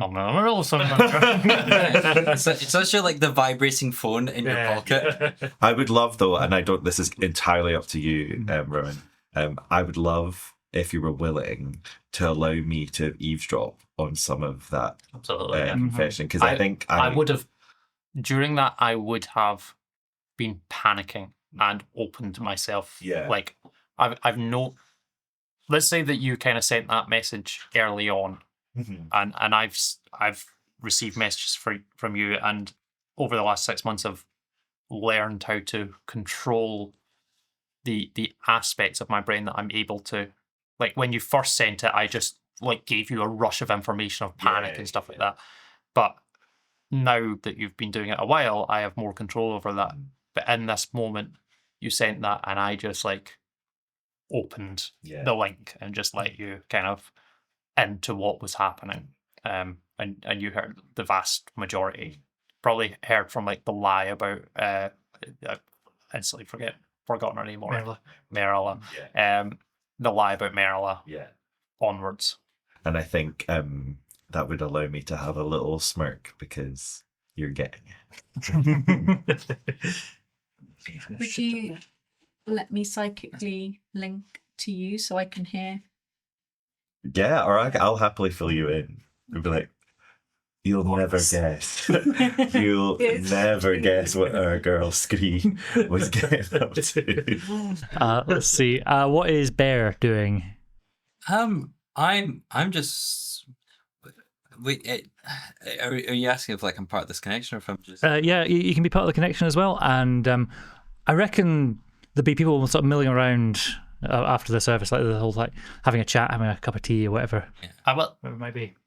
I will say I would have purposefully spoken in a low voice, but loud enough that I know that Bear's heightened hearing can hear. Okay. Like Bear knows that if I don't want him to hear, I would speak higher. Right. And so I'm speaking again in quite a soft voice, Yeah. but even that is loud enough that Bear can hear, and so you would know my intention, but I'm not saying anything truthful, and so I've got nothing to hide. Do you think Merla would be trying to do small talk with you?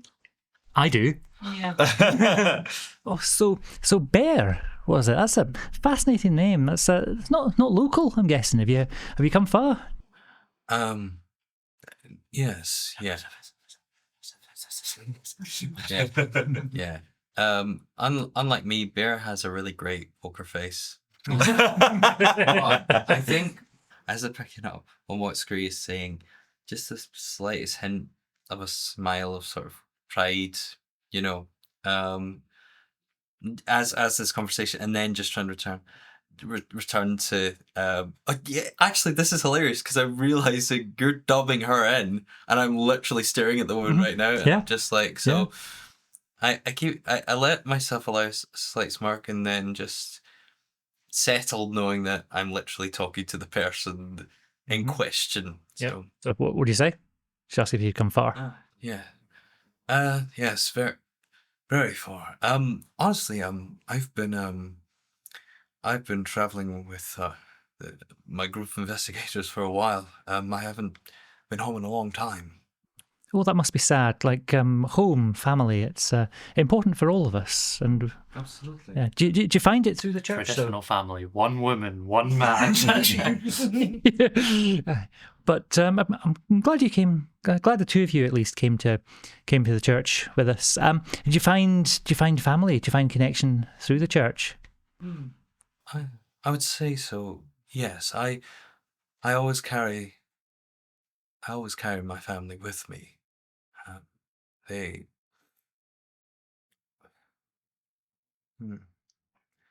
Forgive me. That's not for me. That's for our Lord.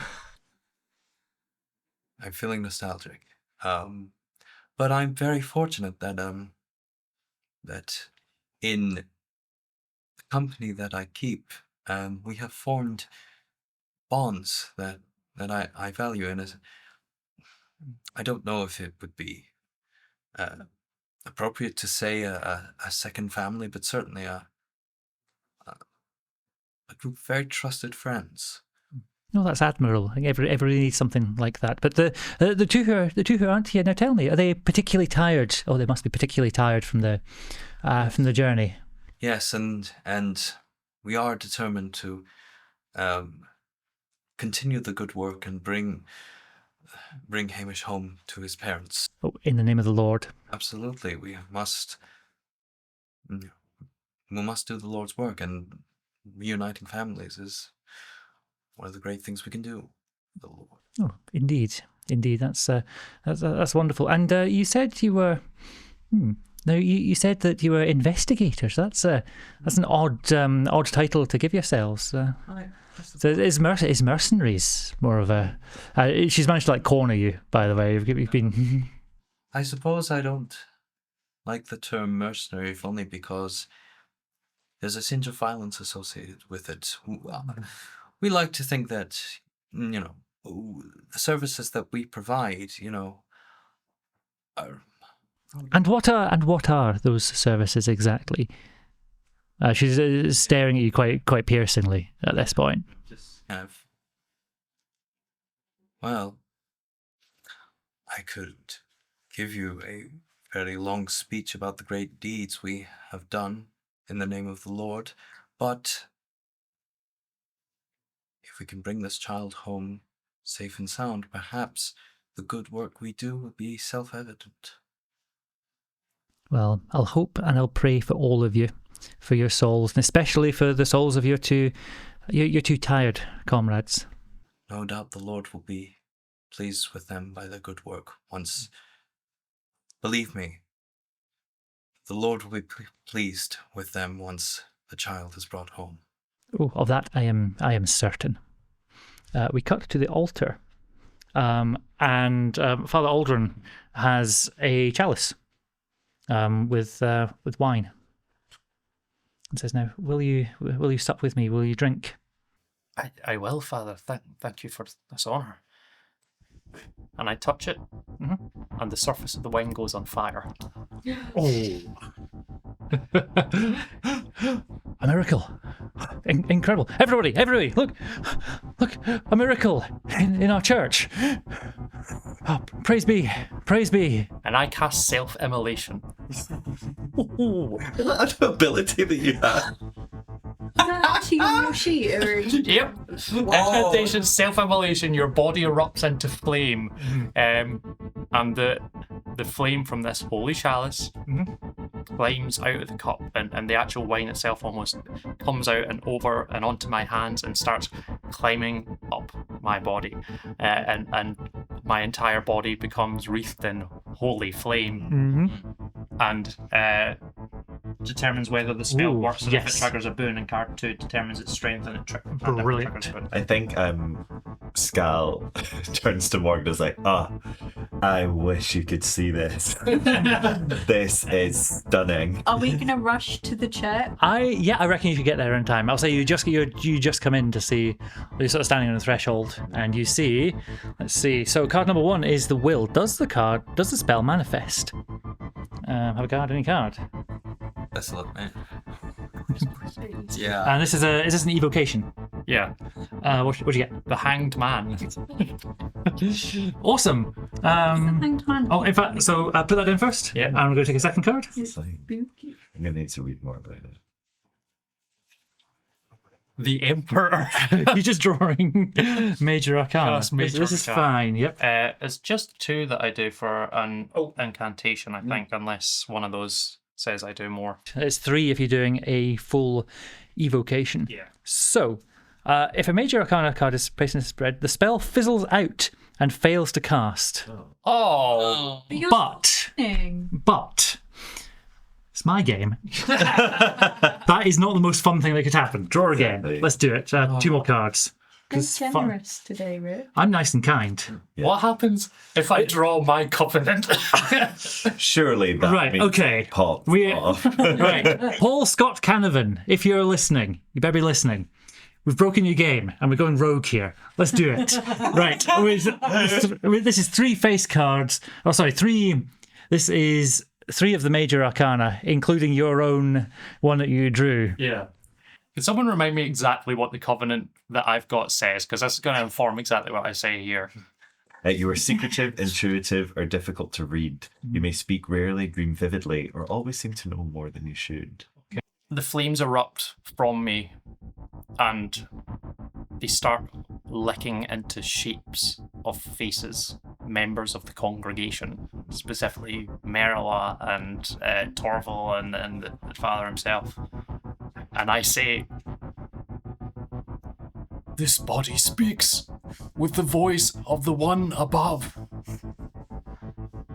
This congregation has lost its way and lost the way of my teachings.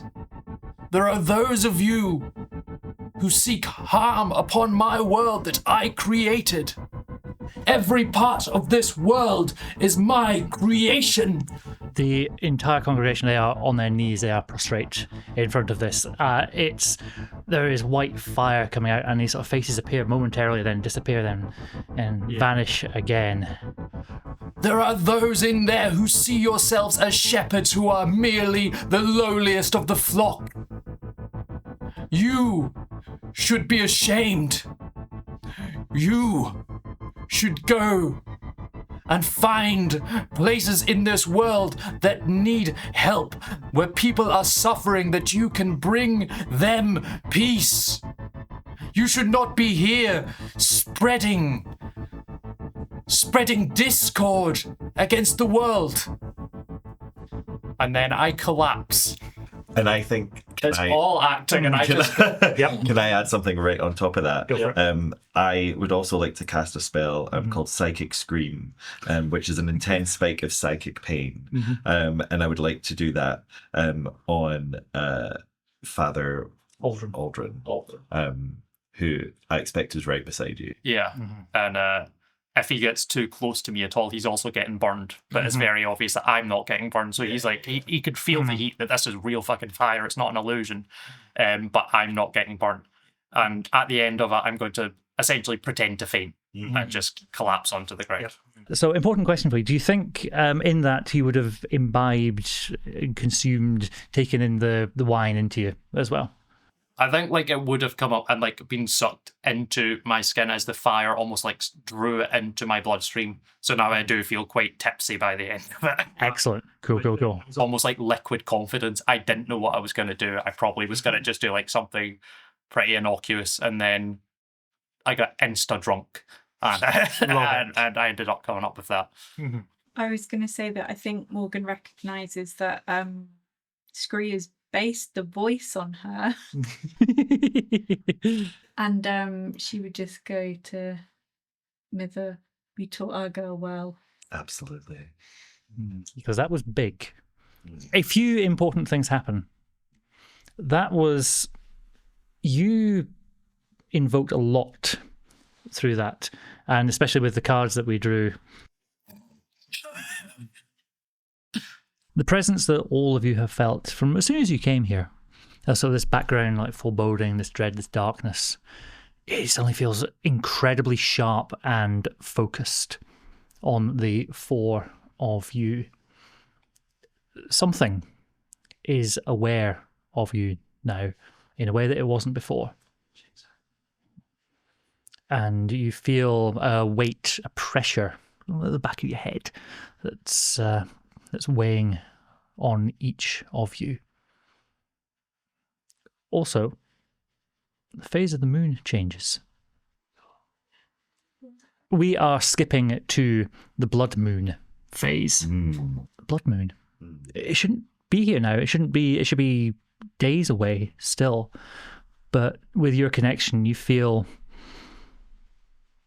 its strength, you feel its power, you feel its glory, you feel its horror, all at once together. And I think I should say, like, the blood moon is not a part of Mitherskal. Like, it's an unnatural moon. So this isn't something that I have any sort of connection to. And in fact, it's something that makes them like deeply fearful, because it's like that thing of like the best friend that you always knew suddenly changing and showing a new face. And you see that dark side of someone. Each of you You can all feel the strength of this blood moon, and you know there's a sense of dread and foreboding that if you can't fix things, if you can't make things right, then horror will be unleashed on these people and yourselves. You may survive, but for everyone here, and certainly for those missing people, it'll be much too late. Mm-hmm. Has your character actually passed out? No, I was just, Right. just pretending. Cool. Lying on the floor, and This hasn't exerted her in the slightest. Do we rush up to check that she's okay? Are you, Yeah. is the flame out? Yeah, the flame Yeah. was Okay, out. good. okay. Yeah. So all of you gonna rush around. Can I quickly check who is left in the church? Is everyone fled? Or I reckon the congregation are all hanging back, like right at the Right. back of the church. It would just be Father Aldrin and Merla who are in close proximity. Mm-hmm. He stands over you and goes, "Keep back, everybody keep back. This is the Lord's, this is the work of the Lord." Do we shove him out the way? You tell me. I'd probably be the first to reach. Yeah, you're the first on the scene. And I think I just say to the father, as the Lord's servant, let me attend my friend. Let me confirm. Your fire doesn't burn you. I'm immune to flame. Fire does not harm me. You see his face is on one side's burn and blister. Not horrible, but it's a real injury. And he puts his hand up to his skin and goes, "It's the touch of our Lord. I've been blessed. I've been blessed." or you've been scarred. I would like to make it just extra dramatic because as much as fire doesn't burn me, I've not got magic clothes. So like everything except a tasteful amount across it has An been asbestos slick. Yeah, exactly. But I myself am completely unharmed, not even a bit of ash on my skin. And I look at him and say,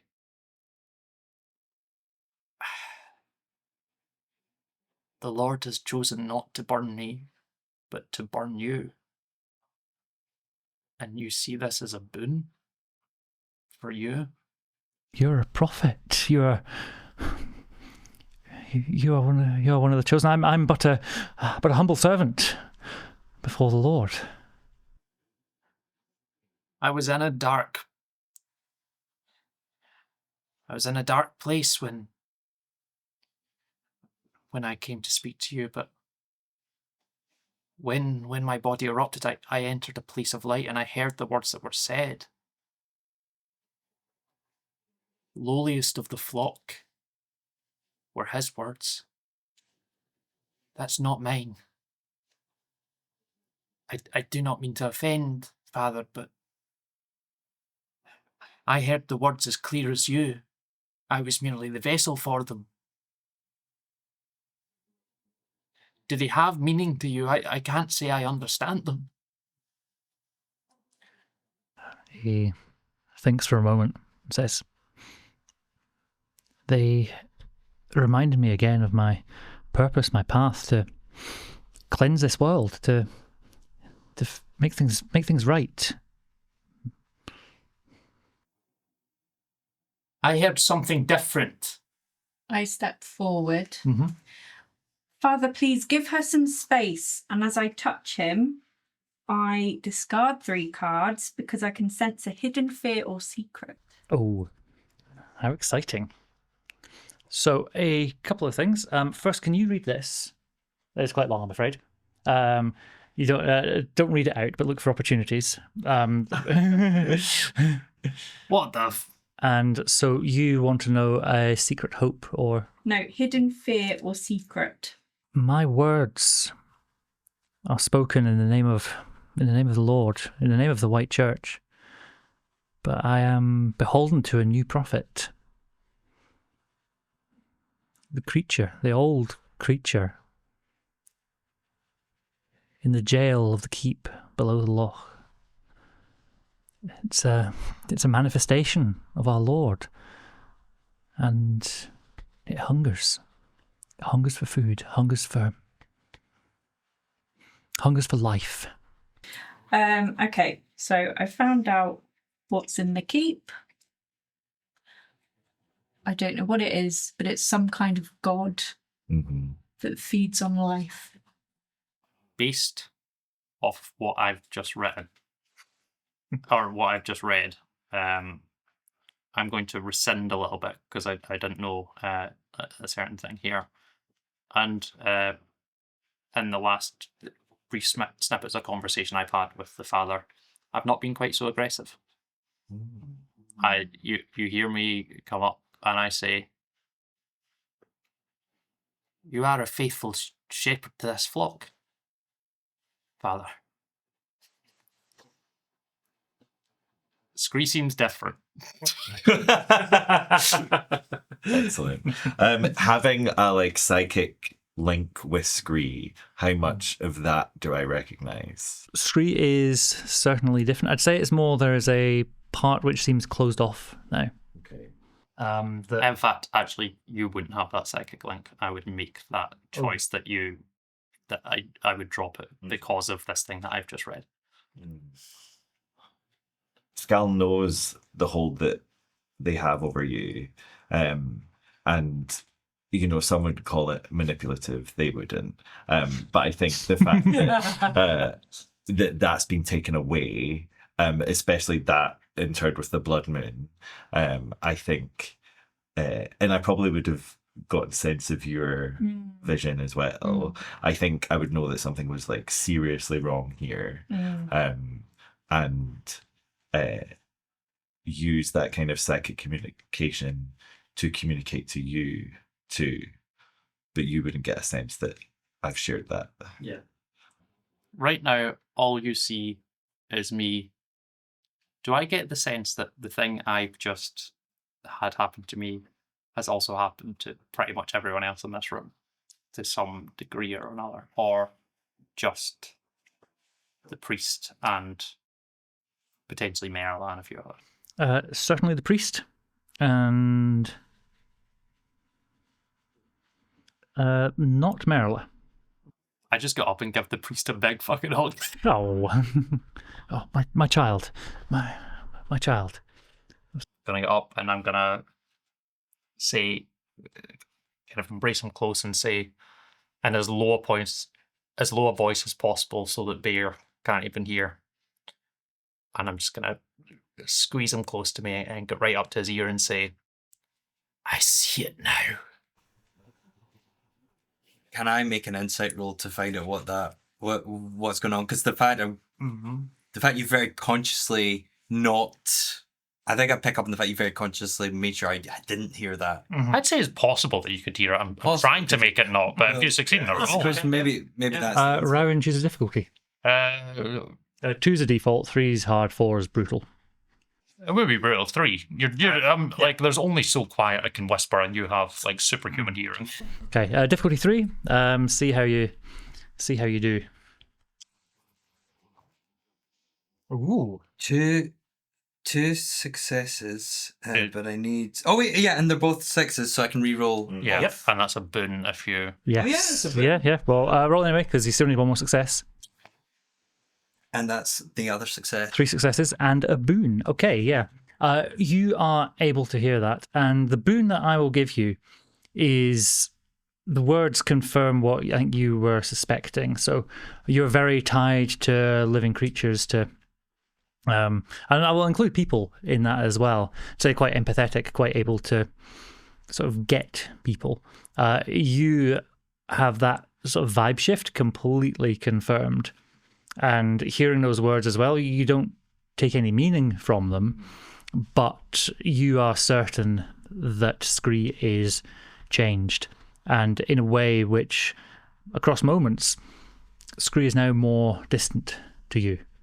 Do you communicate that telepathically to us? I think there's just a little... Or it's just continuously. Yeah.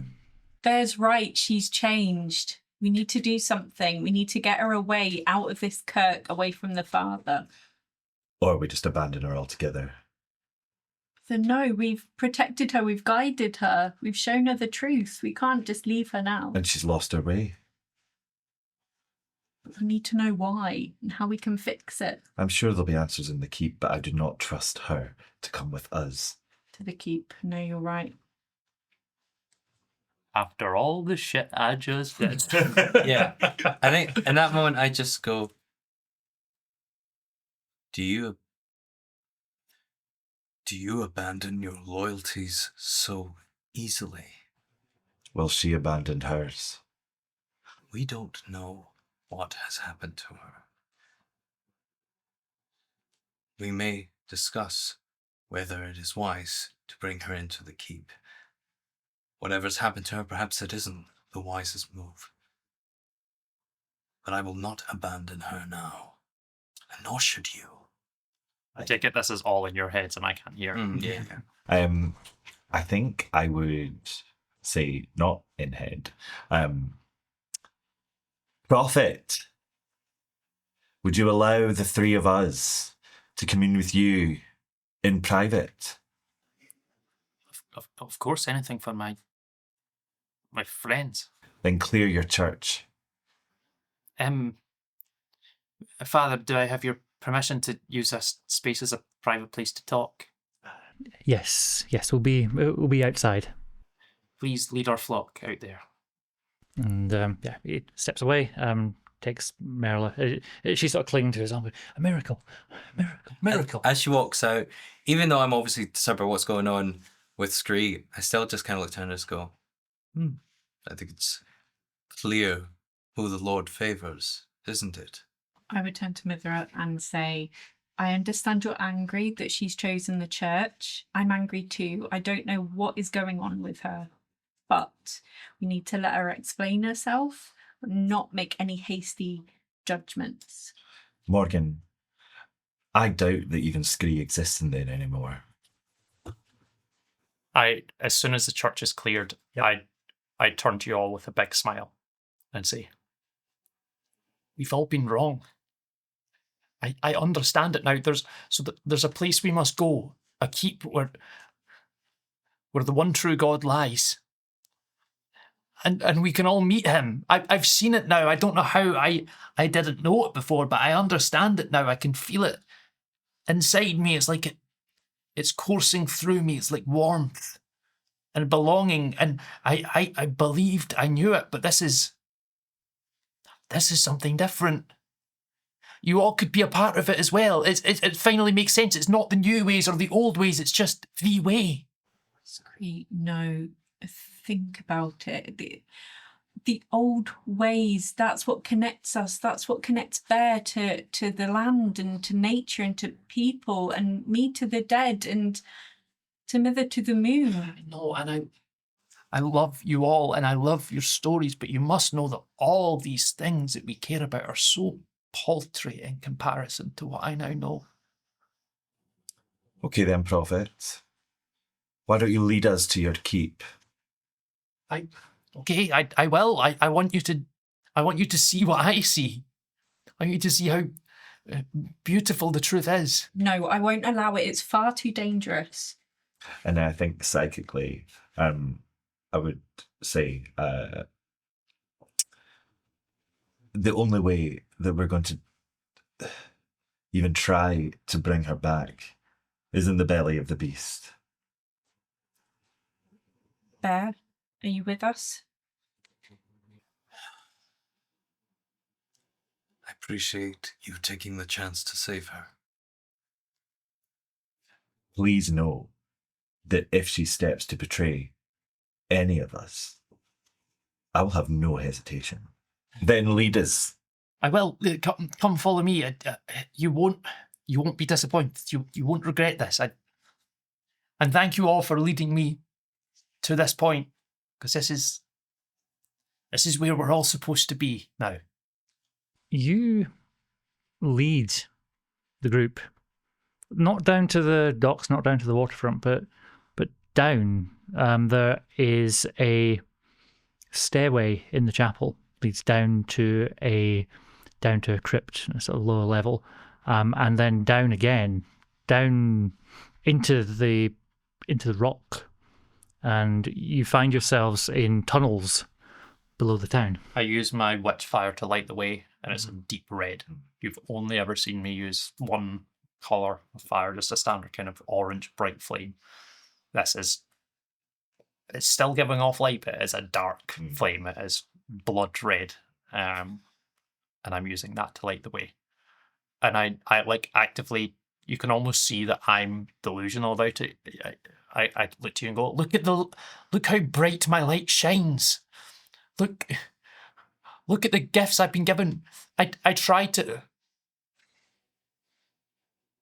My performance in there was just a performance, but as it came to the end, I was granted an actual vision. That performance in there that you gave was beautiful. It was the most beautiful thing I've ever seen you do. And now, although it breaks my heart, it appears you are defiled. You can't understand. Keep following me and you'll understand. Please just trust me for all we've done for each other. Just trust me. I would like to do an evocation. I can raise a recently slain foe or NPC as a risen ally, which we can't do because we don't have one. But since we're walking through a crypt, I'd like to raise a corpse to stand guard and watch over, and just so I can remain psychically connected. Oh, interesting. Yeah, so that costs some cards, I believe. 3 cards. Is that evocation's the big one, isn't it? Yeah. Yeah. Okay. 3 cards, and in order, place them in front of you. 3. So I've got Knight of Thorns, 2 of Embers, 10 of Thorns. You can choose to replace any cards at all from that, but each one costs you a will. Okay, but I don't know whether they're good or bad. So So low is bad, high is good. Oh, can I? Yes, you may spend a will. Card number 1 is the will. Does the spell manifest? For an evocation, it needs 10. For an evocation, it needs 7 or more. Knight, that is a face card. That one gets you. I'll say that's a 10 as well. So that is a big success. And you trigger a boon. A boon. Foes gain disadvantage when attacking the risen ally. Cool. Excellent. Could be useful. Next, card number 2 is the words. That's the one I was hoping to switch. Okay, yep. You can switch that for in the bar. When all these cards are gone, by the way, this is your last time through this deck. And you cannot then cast spells once you... Well, that's not a good thing. What did you get? The sun. Paul Scott Canavan changing your rules again. I'll say that succeeds with a major effect, and I'll tell you what the fun thing is in a second. Okay. Yeah. Do you need the third one? So for the third one, does anything else answer your call? Is that a face card? No. The answer is no. Nothing else answers your call. It's probably for the best, because there's a lot of bad things in the world. Yeah. But that major arcana. Now, rules as written, as it stands just now, playtest rules, it says that the spell should fizzle out. But that's not fun. So, you raise the spirit of... I like to think it's a corpse, like new, fresh corpse in the crypt. I like to think it's a corpse. It's hopefully a nice fresh corpse. Okay. You can hear the bones snapping back in place. And Rising up, standing before you, there is the corpse of a clearly very old man. He has been dead for a while. He's been sort of embalmed and things, but very clearly was very old before he died. natural causes. Probably, yes. Sure. And be buried in a church. But looks, does it say they can speak? It doesn't, but let's say they can. Let's say they can. That's the extra thing. It says, looks around looking. Is this the land of white? Is this the place of? Is this heaven? I'm so sorry I had to pull you from the under place. This isn't heaven. Then I am damned. Then I am doomed. I lived the... Do not worry, my friend. There is a thing greater than all of us at play here. Your soul is exactly where it needs to be. Scree, please don't talk to the recently deceased. Sorry? Please. No, but I kind of know what's going on, and you three don't yet. So I'll just. Tell me, what of heaven? Tell me, how can I? The stuff that's in my blood hasn't quite explained that yet. As the keeper of the dead, I need you to do a favour for me. I mean, it's not a favour; it's a command. I am compelled. You are compelled. I need you to hide above ground and watch over the town for me, and let me know if anything happens or changes. If the father of the Kirk starts to look particularly intense, like he's about to build a pyre or anything like that, just let me know, okay? I'll remain psychically linked to you so I can nip into your body and see through your eyes as well. So I hope that's okay. You can feel the internal sort of wheels turn, this internal torment of going, well, this is clearly not a holy thing, but it also compels it. Well, I'll do as you say. I must. I'll climb to the top of the chapel. Okay, perfect. And as soon as I'm done, I will take you back to the peaceful place of rest that you were in before. You have my thanks, and I hope to see you, all of you, in the heavens. You continue down this tunnel. It goes deeper down, right under the town. You look up at one point and you see there's a shaft leading up. Looks like the well in the centre of town, which you can see it's got brickwork near the top of it, and you can see there's boards. All sort of thin shaft of light going between. The well's clearly not been in use for a while. But you continue on and continue down, deeper down, leading the way with Skipping. You're walking along with this red light around you. Are you trying to engage Scree in conversation at all, or are you just pushing on at this point? Showing a bleak silence. Is anyone low on will at the moment? No. I feel like you're asking it pointedly. Like, Yeah. Is anyone maybe low on will? I feel like you're Is everyone's health really good? I feel like you're rich right now. No, so Scree at the moment is she's still like loves you all and is excited for you to meet this thing that she. So like. I mean, that's red flag number one, isn't it? Because you've not been excited. No. So it's obvious to all of you that something is up with Scree, but Scree isn't looking at any of you with any. No, absolutely. She is just excited for you all. So my ask was because I can get us to regain some will, which I might as well do, just because I can do it once per thing. So I don't think I'd want your magic. Would I want? I have 5 will right now, but is the question of. What's the will of the player and what's the will of the character here? Because would I accept your magic? I feel like you I'm gonna burn it. I'm gonna use my gift of nature. I'm gonna burn it, and you can all choose whether to take it or not. And Scree will know. Yeah, I'll be going, here, take this. Yeah. Okay. So everyone regains 4 will if they choose to. Mm-hmm. Are you a yes or no? Absolutely not. Dom, what do you think? That smile tells me a lot. I think I will. And I think I choose. I think it's just in the hope that it gives me some insight into what's going on with you by accepting this gift. I take the risk. Scree looks at you both when she casts it, and she just looks sad. She just looks sad. I think you see Mother's face, and it is a cold face. Although they've never been like maternal to you.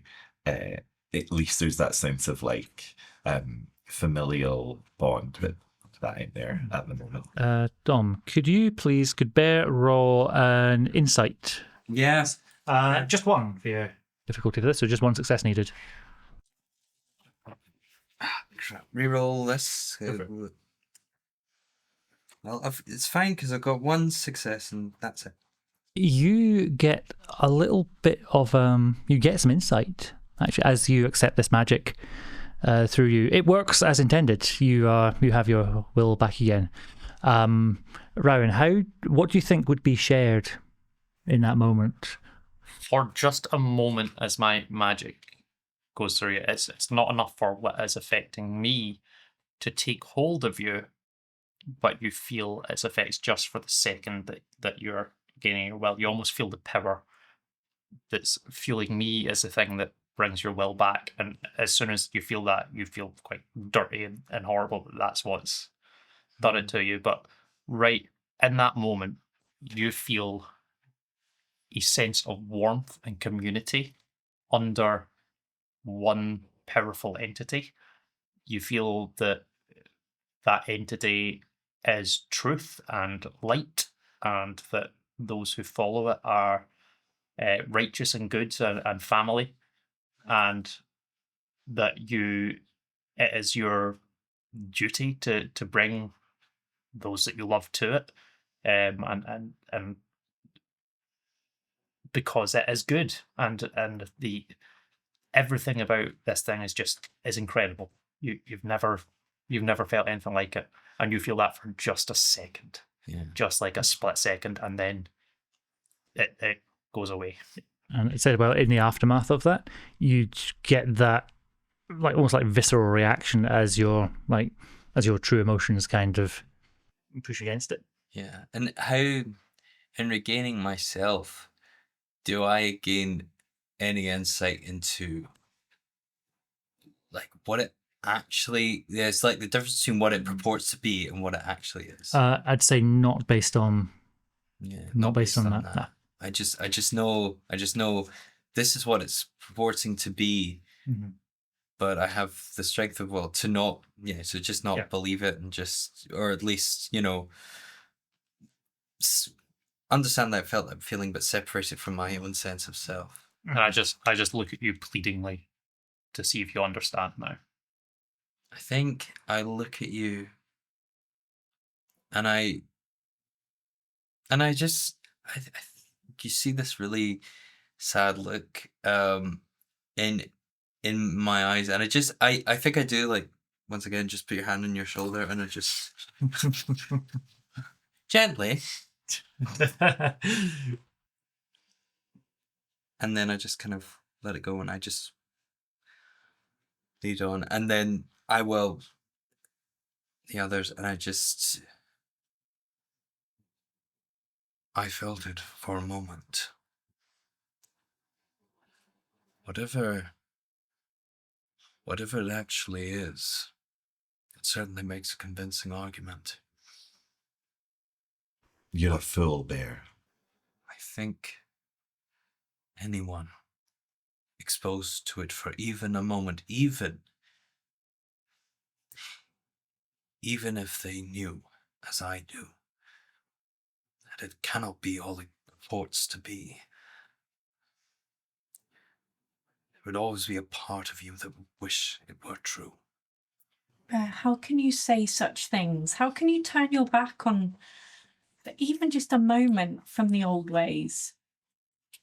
Is this how you honor the people of Silburn? Don't. How many of our Hexen have we lost? I cannot fault anyone who would choose or who would want to believe that all of us could be saved. In lies. In false prophets. Yes, perhaps. This is who we are. It is. And if this is a falsehood, we must destroy it. There's no question of that. No question indeed. And then just straight forward. I heard all this and won't say anything about it. Excellent. You find yourselves at a low point in this tunnel. It goes up. It's pretty low, yeah. I mean, you reopened your link? Is that what? I assumed it was a sidekick. Yeah. Oh, okay. Yeah, It's okay if not. I was just doing it. Oh, yeah. I don't mind. Either way, you begin making your way up again, and you can. I think you feel that you are underneath the loch just now, and you're. I think moving up towards the island. We've taken our glamours off because we know we're far enough away. Yeah. And we need to be our true selves when facing this. Yeah, big time. Yep. Is there anything anyone would like to do to prepare for what they're up against, potentially? just kind of fix up my makeup a bit and some nice for it. All of my stuff is about fighting, so it's not. I might use my second sight here, so it's discard 5 cards, to ask a question. I would love that. I think the best thing to know. There are actually quite a lot of them. I think the best thing to know is like what we're facing. That would help us prepare the most rather than being surprised. I think you're right, because at the minute all we know is it's a vague energy. Yeah. False god. Yeah. I mean, like, if we're about to literally face an eldritch god, I have a strong feeling we're not getting out of that. But you never know. I can bring you back from the dead. So Yeah. I suppose it's just, if you count this as a quiet place, if you're talking about preparation, because I could prepare a potion. Yeah, I'll allow that. I would have to discard 10 cards if. Oh. But here's the options, and I will say these. I'll say this above table, and I'll let this be a group decision. So, Flask of Will, Flask of Life, Vial of Rot, which deals 4 hits when thrown at or ingested by a target, or a Vial of Sleep, which, if ingested, the target falls asleep until the next moon phase. I think that I like the sleep one. But that's me. I'm Moonlight. See, I'm kind of thinking similar, because if this is a power being drawn from the blood moon, what happens if, Well, that's true. Well, the thing is, let's be honest, we have to knock this one out. Maybe that breaks the spell. That's a good idea. My question would be, what awaits us in the keep? Okay.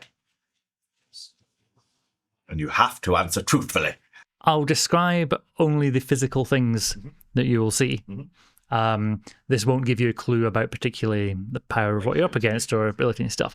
So you would see, and again, your eyes grey over, you get this vision, and you sort of up through the rest of the tunnel, which isn't very exciting, but it appears. Then the view settles in what looks like an old jail.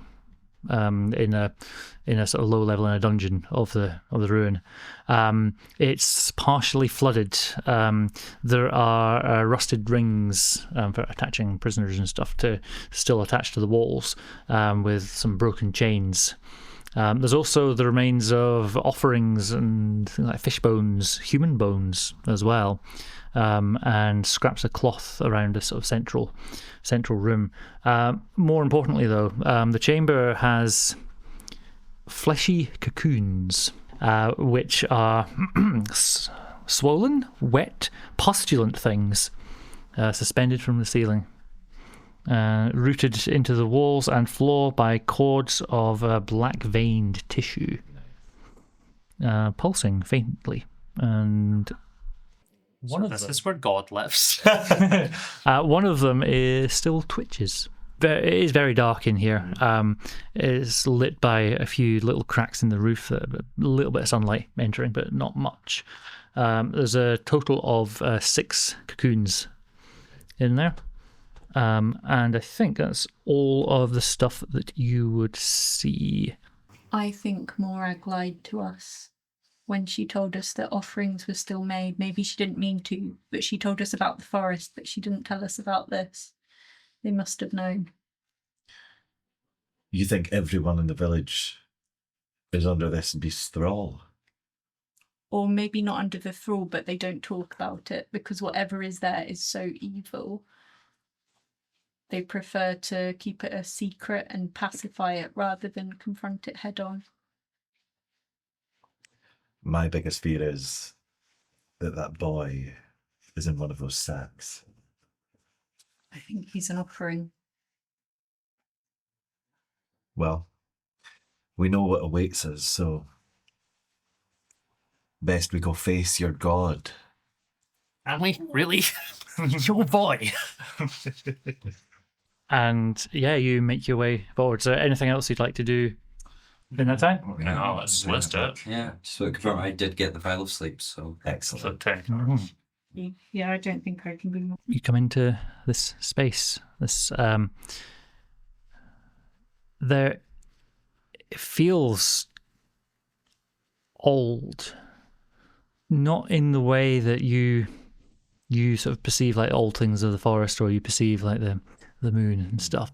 This is truly ancient, like older than the world, older than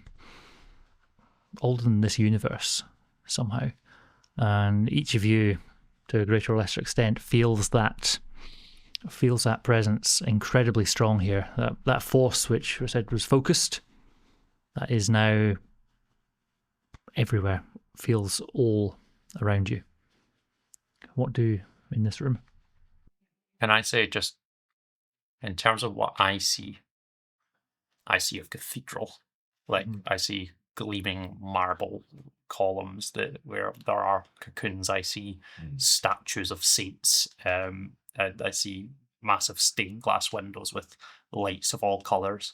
I've started to slowly see us change as we've walked through, and on the surface it shouldn't make any sense, but I don't question it. We're all now wearing beautiful robes, and like the things that some would view as imperfections about us are cleared away. I look like how I used to look before the fire took me, and like all these things in my mind have now taken place as reality. I see you all as like glowing saints and paragons as we're traveling towards this. Like, I don't verbalize it, but this is what I see. Yeah. And you just see me looking around this room with awe and splendor, and you see like this horrible, disgusting place. To you, do we look like our glamours or our true forms? Like your glamours. Like your glamour. Like our glamour. You move into the very center of this room. I picture you sort of arms outstretched, looking around like that.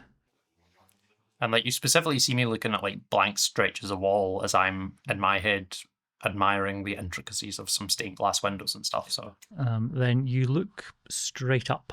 You give it this is your visionary version of it, and then I'll describe what you might see. I see a man who looks a lot like Father Aldred. I see the image that I have created in my mind for what the patron of this religion would look like. That Patreon, yeah. Sign up to the Renegade Rolls Patreon. Yeah. Of what the patron of this religion would look like, and he is just a man, specifically a white man in his mid-50s, kind of close cropped hair, clean shaven, long white robes, arms outstretched. And like, even though I am clearly bewitched and I'm like, oh my god, this is incredible, there's a part of me that goes, oh. Okay. So you are sort of looking up like this. You see this smiling figure looking down at you, beckoning you. The rest of you, if you follow Scree's gaze, you see this large creature, easily like 15 feet tall, sort of up in the top of the vault of his place of arms, scratching out. His body's gaunt, elongated, this leathery black skin, pulled taut over strange limbs. There's actually, I think there's 2 sets of arms. So it's a sort of Leonardo da Vinci style. And its jaw hangs impossibly wide, like wide open, filled with needle teeth. On its back, there's 2 pairs of like moth-like wings, which are like followed up along its spine with, let's say, if it's like a bit side on, you can see it's like eye shapes, these large eye shapes on its back. And it is lowering itself down, and any moment now it is about to drop on you. My lord, my father, I finally see what I always should have seen, and I have brought my friends to enter into your light. Thank you for blessing us, and thank you for welcoming us here. This is all I've ever dreamed of. Oh my god. Does everyone else see that? Yep. And I think I would grab you and pull you back from out and take out my dagger. Not to kill you, but to... Yeah. I try and fight you off. Not through any magical or like violent means, but I'm actively struggling against you to stay exactly where I am. What would the two of you like to do? You can attack the creature if you like, or try and... I go up to Scree, as you're holding her, and I say, Scree, do you trust me? I trust you. Of course, I trust all of you. Then, and I put the I try to put the vial of sleep down you. Okay. Yeah. Yeah. I go. Yeah. I wouldn't have any reason to not have that. Oh yeah, I drink it. I would like to try and talk to the creature.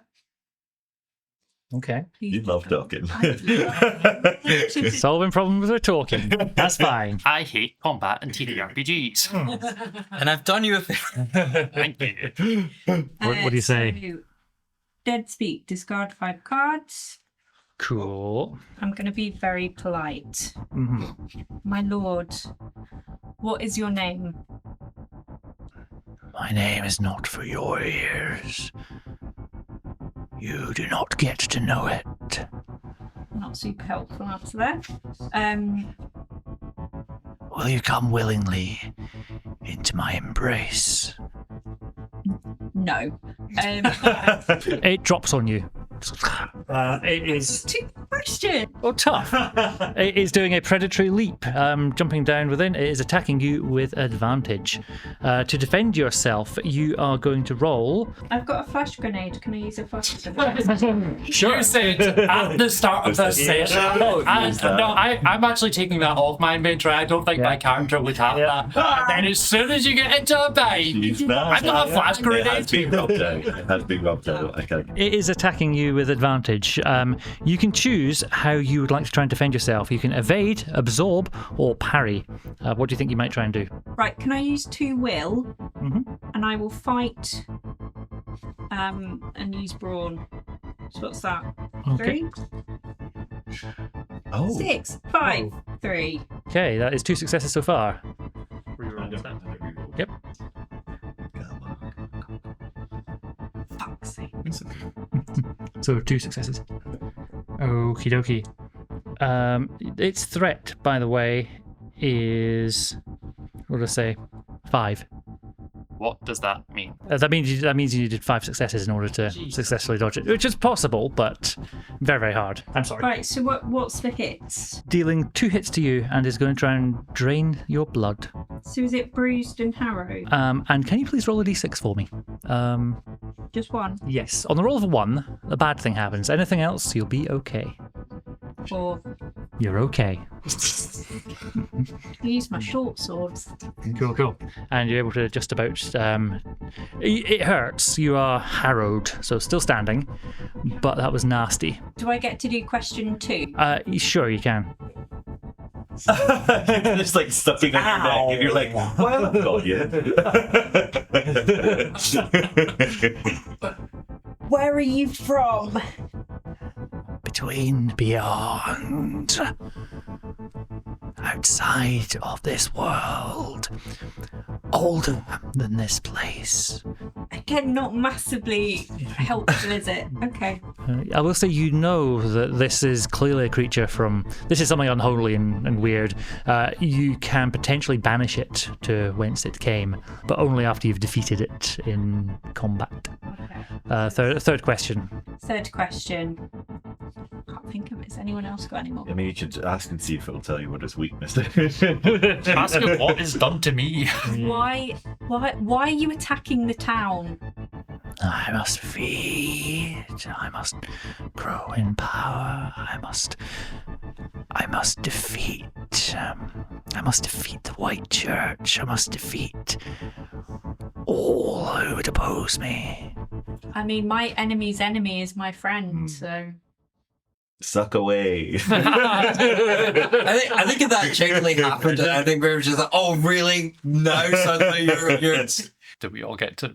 Well, not me. I think you don't hear that. Yeah. Yeah. I think those answered would all make complete sense. There's no need to like reframe them at all. But, Well, I'm asking, is it now our turn to everyone yes. jump on it and yeah, attack you can all pile in if you want, so you can choose to attack. I actually kind of want to do something different, if that's all right. Love it.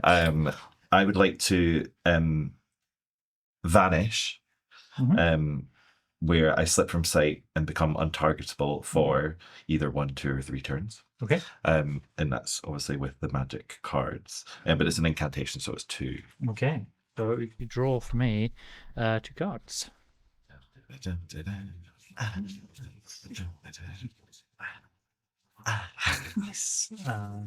Ooh. Is that 2? It's 2 major arcana. I love it a Remember your lot. new rules. Yep, my new rule set. Well, so rules as written in this current playtest version is that the spell would fizzle out and nothing would happen. But that's dull. Yeah. You vanish. You completely disappear. You disappear from this plane of reality completely, and you find yourself drifting among the stars. You're still able to move around. It's almost like there's almost like a ghost version of the physical realm, and you're able to move around. So if you do want to physically move into space, you're welcome to. You see everything. You see that when you look up to the stars and you see sort of points of light and the huge gulfs between them, you find yourself with so many entities, spirits around you, but not of the spirits of the world, not even of the moon or of the other animals or even of the dead. These are spirits, powers, which are outside of our universe, outside of even the realm of like the gods as you know them. These are entities pushing, fighting, willing themselves to get in, to find a way into our realm, into the realm of light and energy. For in that gulf between the stars there is none, and every single one of them, with all of their will, wants to be there. You also realize in that moment that this is partly what this creature is. It's a creature that's managed to step across into the realm of life. And you know that every single one of them bears nothing but malice to creatures of life, of energy, and wants to just drain them of that. You step back into the world, wherever you'd like to be in the space, but you are sure one of them has come with you. It might not have any power yet, but there is a new presence in the world. Okay. I like my rule. My rule's better. What I was hoping to do, because obviously it's slip from sight, become untargetable.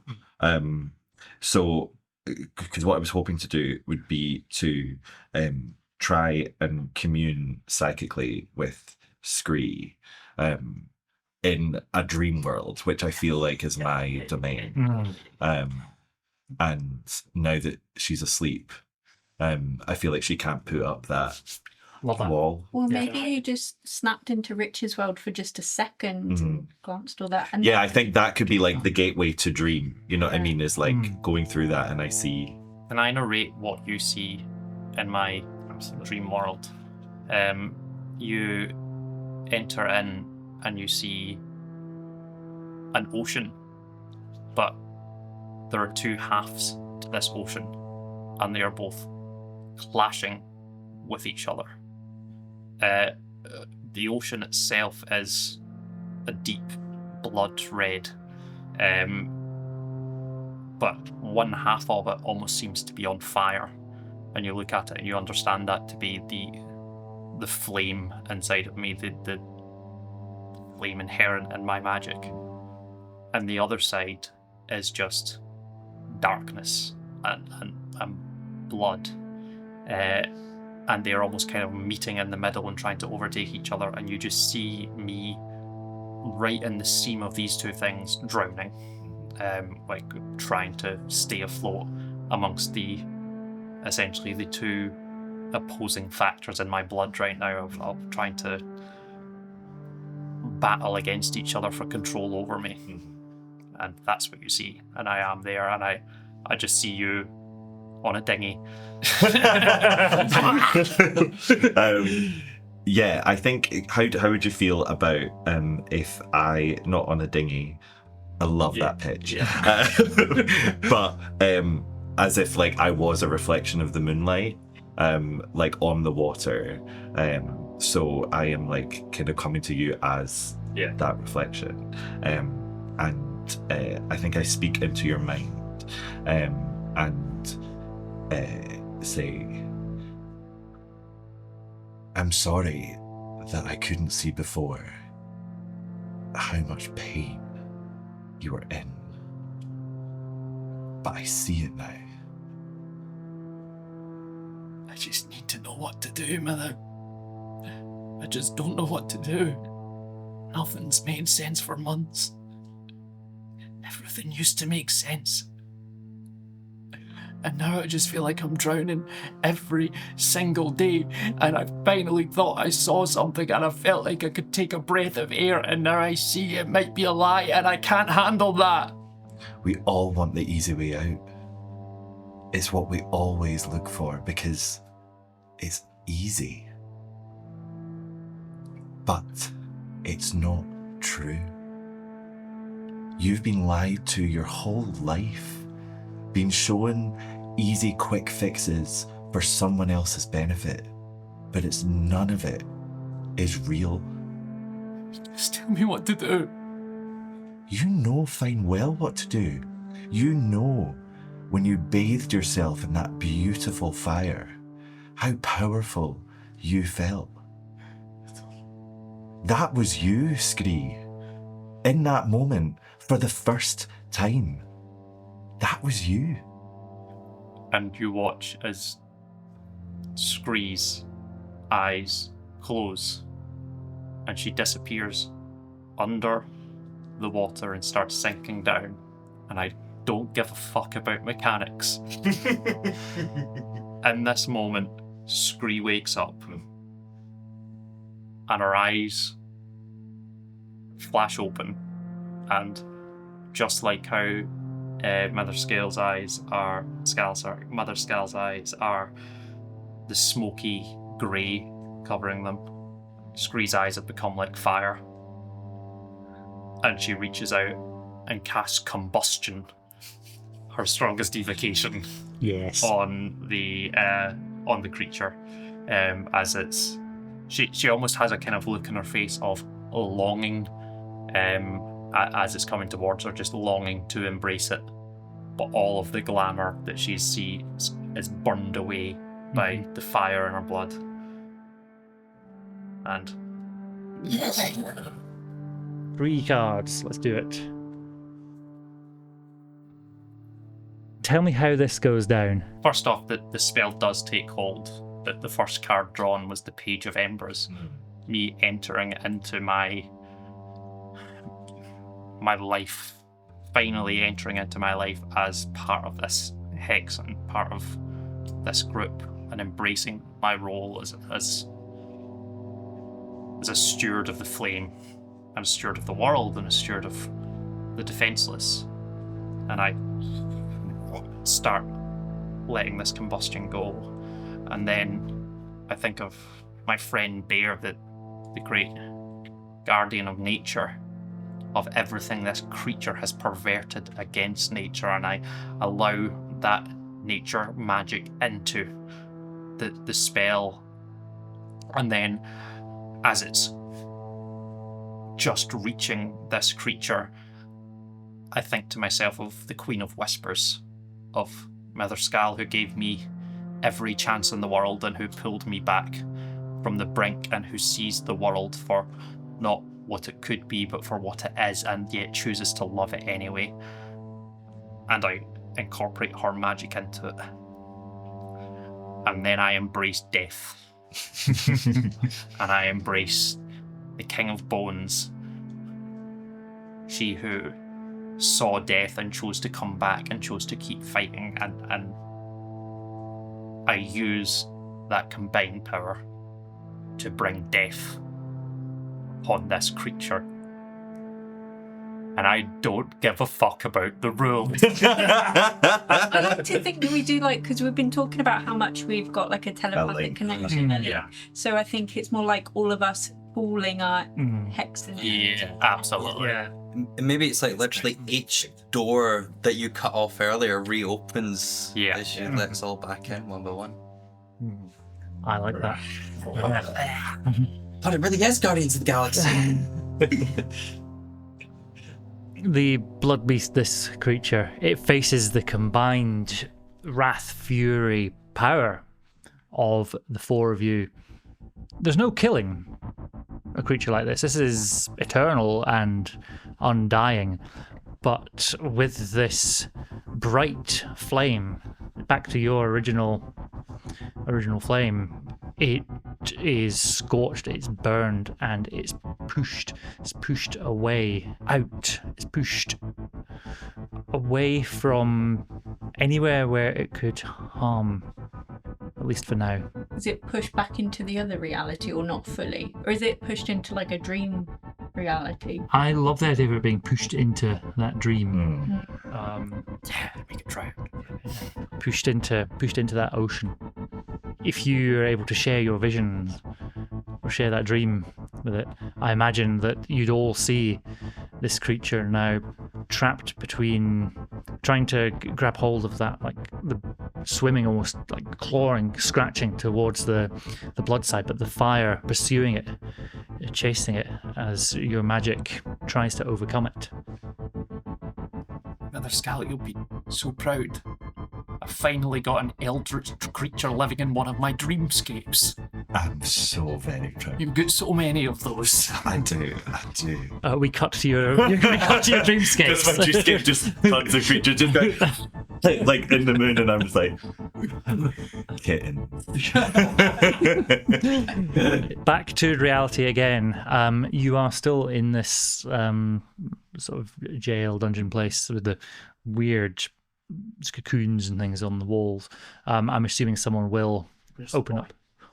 Yeah. You find that one that's still moving. You actually open all of them, and you see carcasses in various stages of decay, all of which desanguinated is my word of the day. Yeah. But this boy is still alive. Seems terrified, seems cold, seems just absolutely out of it, but alive, seems to be largely unhurt. In this moment, in your head, you get a little tingle, little corpsey sense, and your helper tells you that there is. I'll do it in a voice, actually. Oh wait, can my eyes change colour like everyone else's has? Fine, yes. What colour do you go to? Mine go the colour of like a corpse, you know, when it has like a weird film on it. Yeah, like cataracty. Cataracty. It's like a yellowish kind of. It's like like that cloudy. Cloudy. Yeah. That's cool. Yeah, I like that. And he goes, "There's boats, many boats approaching. They've left the town and coming to you, coming to the island. The whole town is coming." The whole town is coming. Well, we just go back the way we came, and then the town will have the town to ourselves. Can I what state is Hamish in? Hamish is unconscious, alive, breathing quite shallowly, and I'm going to say icky and covered in mucus and stuff as well. Oh, I'll do a cleansing touch on him. So discard 5 cards and restore a hit slot for him. Oh, can I use an insight, please, as well, to find out what's going on? Sure. What's your intention behind that? What they're coming towards us for. Are they coming to kill us? I'll say you're able to go up and you're able to see them approaching. And so you can actually go up and have a look. So yeah, you can roll an extra 3 dice, but it's only going to be difficulty 2, so it should be okay to do this. Yeah. Any sixes and ones? No, but Cool. Yeah, you can see the whole time is coming. I reckon you've got good eyesight. You can see that Father Aldrin and Mirla rather are coming as well. But there's like there's maybe 5 or 6 boats with like 10 folks on the meet. There's a good collection of people coming just now.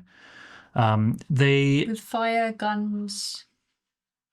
signs that says "We love witches." You can see there maybe only like a few hundred yards away. You can't quite make out expressions yet, but they seem quiet. There's not like shouting and going, burn them. That's good. Because I was just thinking, because we banished the weird monster thing, so they're going to think that what Scree did was magic. Well, If this thing was in their heads like it was in mine, these are going to be people who are going to be feeling very empty right now. People who have lost their way and might be open to an old way. They get the boats to the shore, make their way up, and meet you at the front gate. Does someone have young Hamish in their arms or something? Who you got? Yeah. Now, here's a question. Glamour or no? Entirely up to you. No. No. No glamours. No. Okay. I'm actively doing a glamour to make me look more fucked. Yeah, exactly. I'm like pure white at this point. Okay. And they approach. It takes them a while to get all sorted, get the boats up the bank, but they come really cautiously, tentatively, because they can see you as you are. Father Aldrin and Mirla in the lead. Suddenly Morag pushes through, runs through, and goes, "My boy, it's Hamish! And, yeah. Oh, he's still alive. Oh, thank you. So looks up at you close. Thank you all.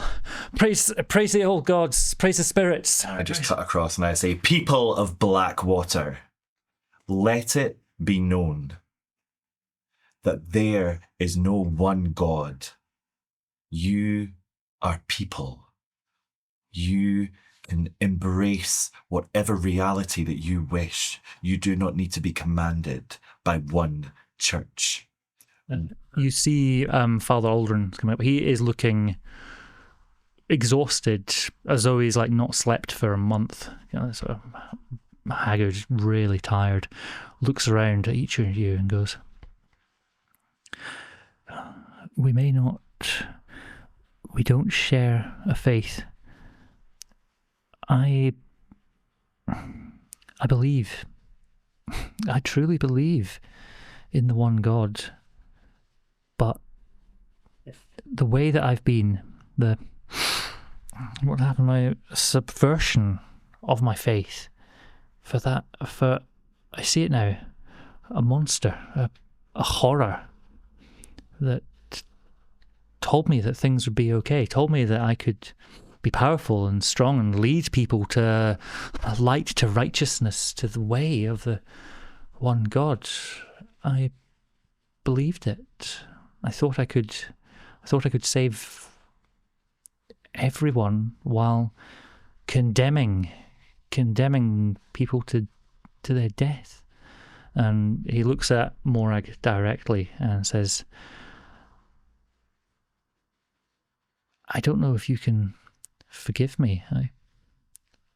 I brought your boy here."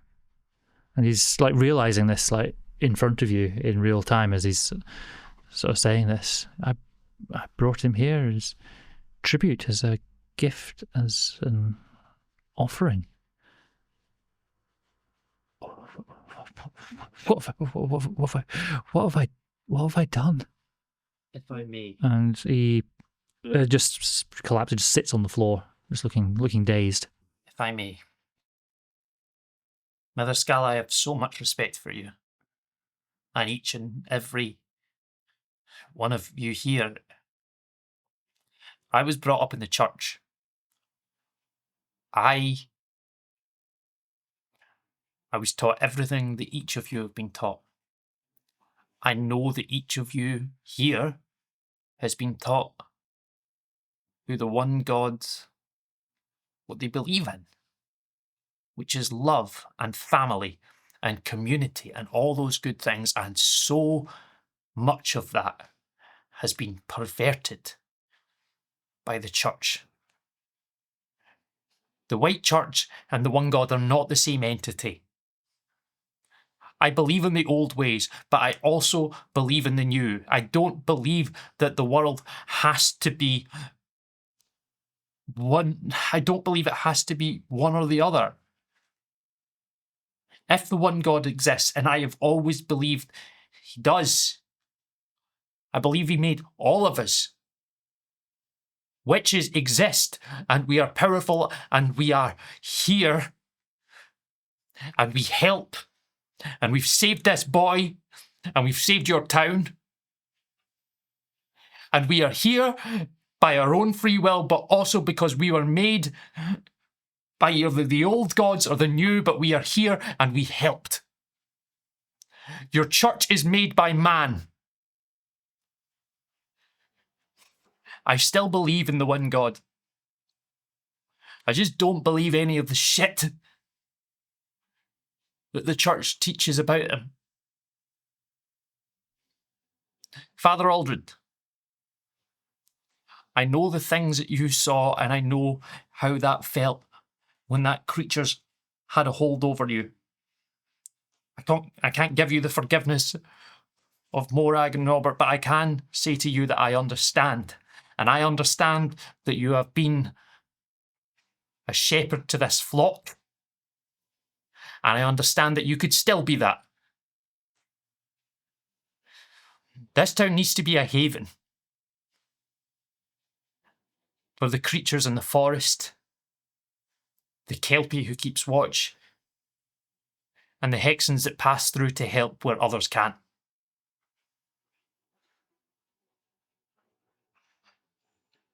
I think that's enough of me using my teacher voice. I think in that moment, Mother Skal would bend down and whisper just very gently into Father Aldred's ear. She may be forgiving, but I am not. You must heal Blackwater, and if not, the moon will be back. He looks broken, he looks defeated, he just sort of nods. Because I agree with you. The dead told me what you did to that boy. I think you are damned. The one God does not exist. But you can at least do some good for the Hexen that have died for you. Again, looks up, nods. I don't think it is my place to say what you should believe in, except for the people you have chosen to shepherd. Regardless whether it is an old god or a new god or any other kind of god, the fact is you are blessed to be surrounded by all these people. And it is your choice. Whatever brought you into this world, it gave you the choice to look after this flock. We see this sort of view of all the townsfolk up in their sort of boats having looking on, seeing clearly Hexen for the first time, and genuinely afraid, but you're not causing any harm, you're not leaping out at anyone, you're just talking, you're having a conversation and being truthful. And I think everyone can feel that sort of sense of that sense that something special has happened, and especially rescuing the boy. That gets you a lot of goodwill very quickly. The mind's eye pulls back further. You see the sort of small island as a whole, and there's the big evil of the Blood Beast. That power has gone. That's left. Each of you is aware of something new, small, tiny, right, a little sort of niggle at the sort of back of your mind. There is something new and evil, undefined for now, in the world, which you will have to fight against another day. But that's where we'll end. Thank you for playing with me, everybody. Yay!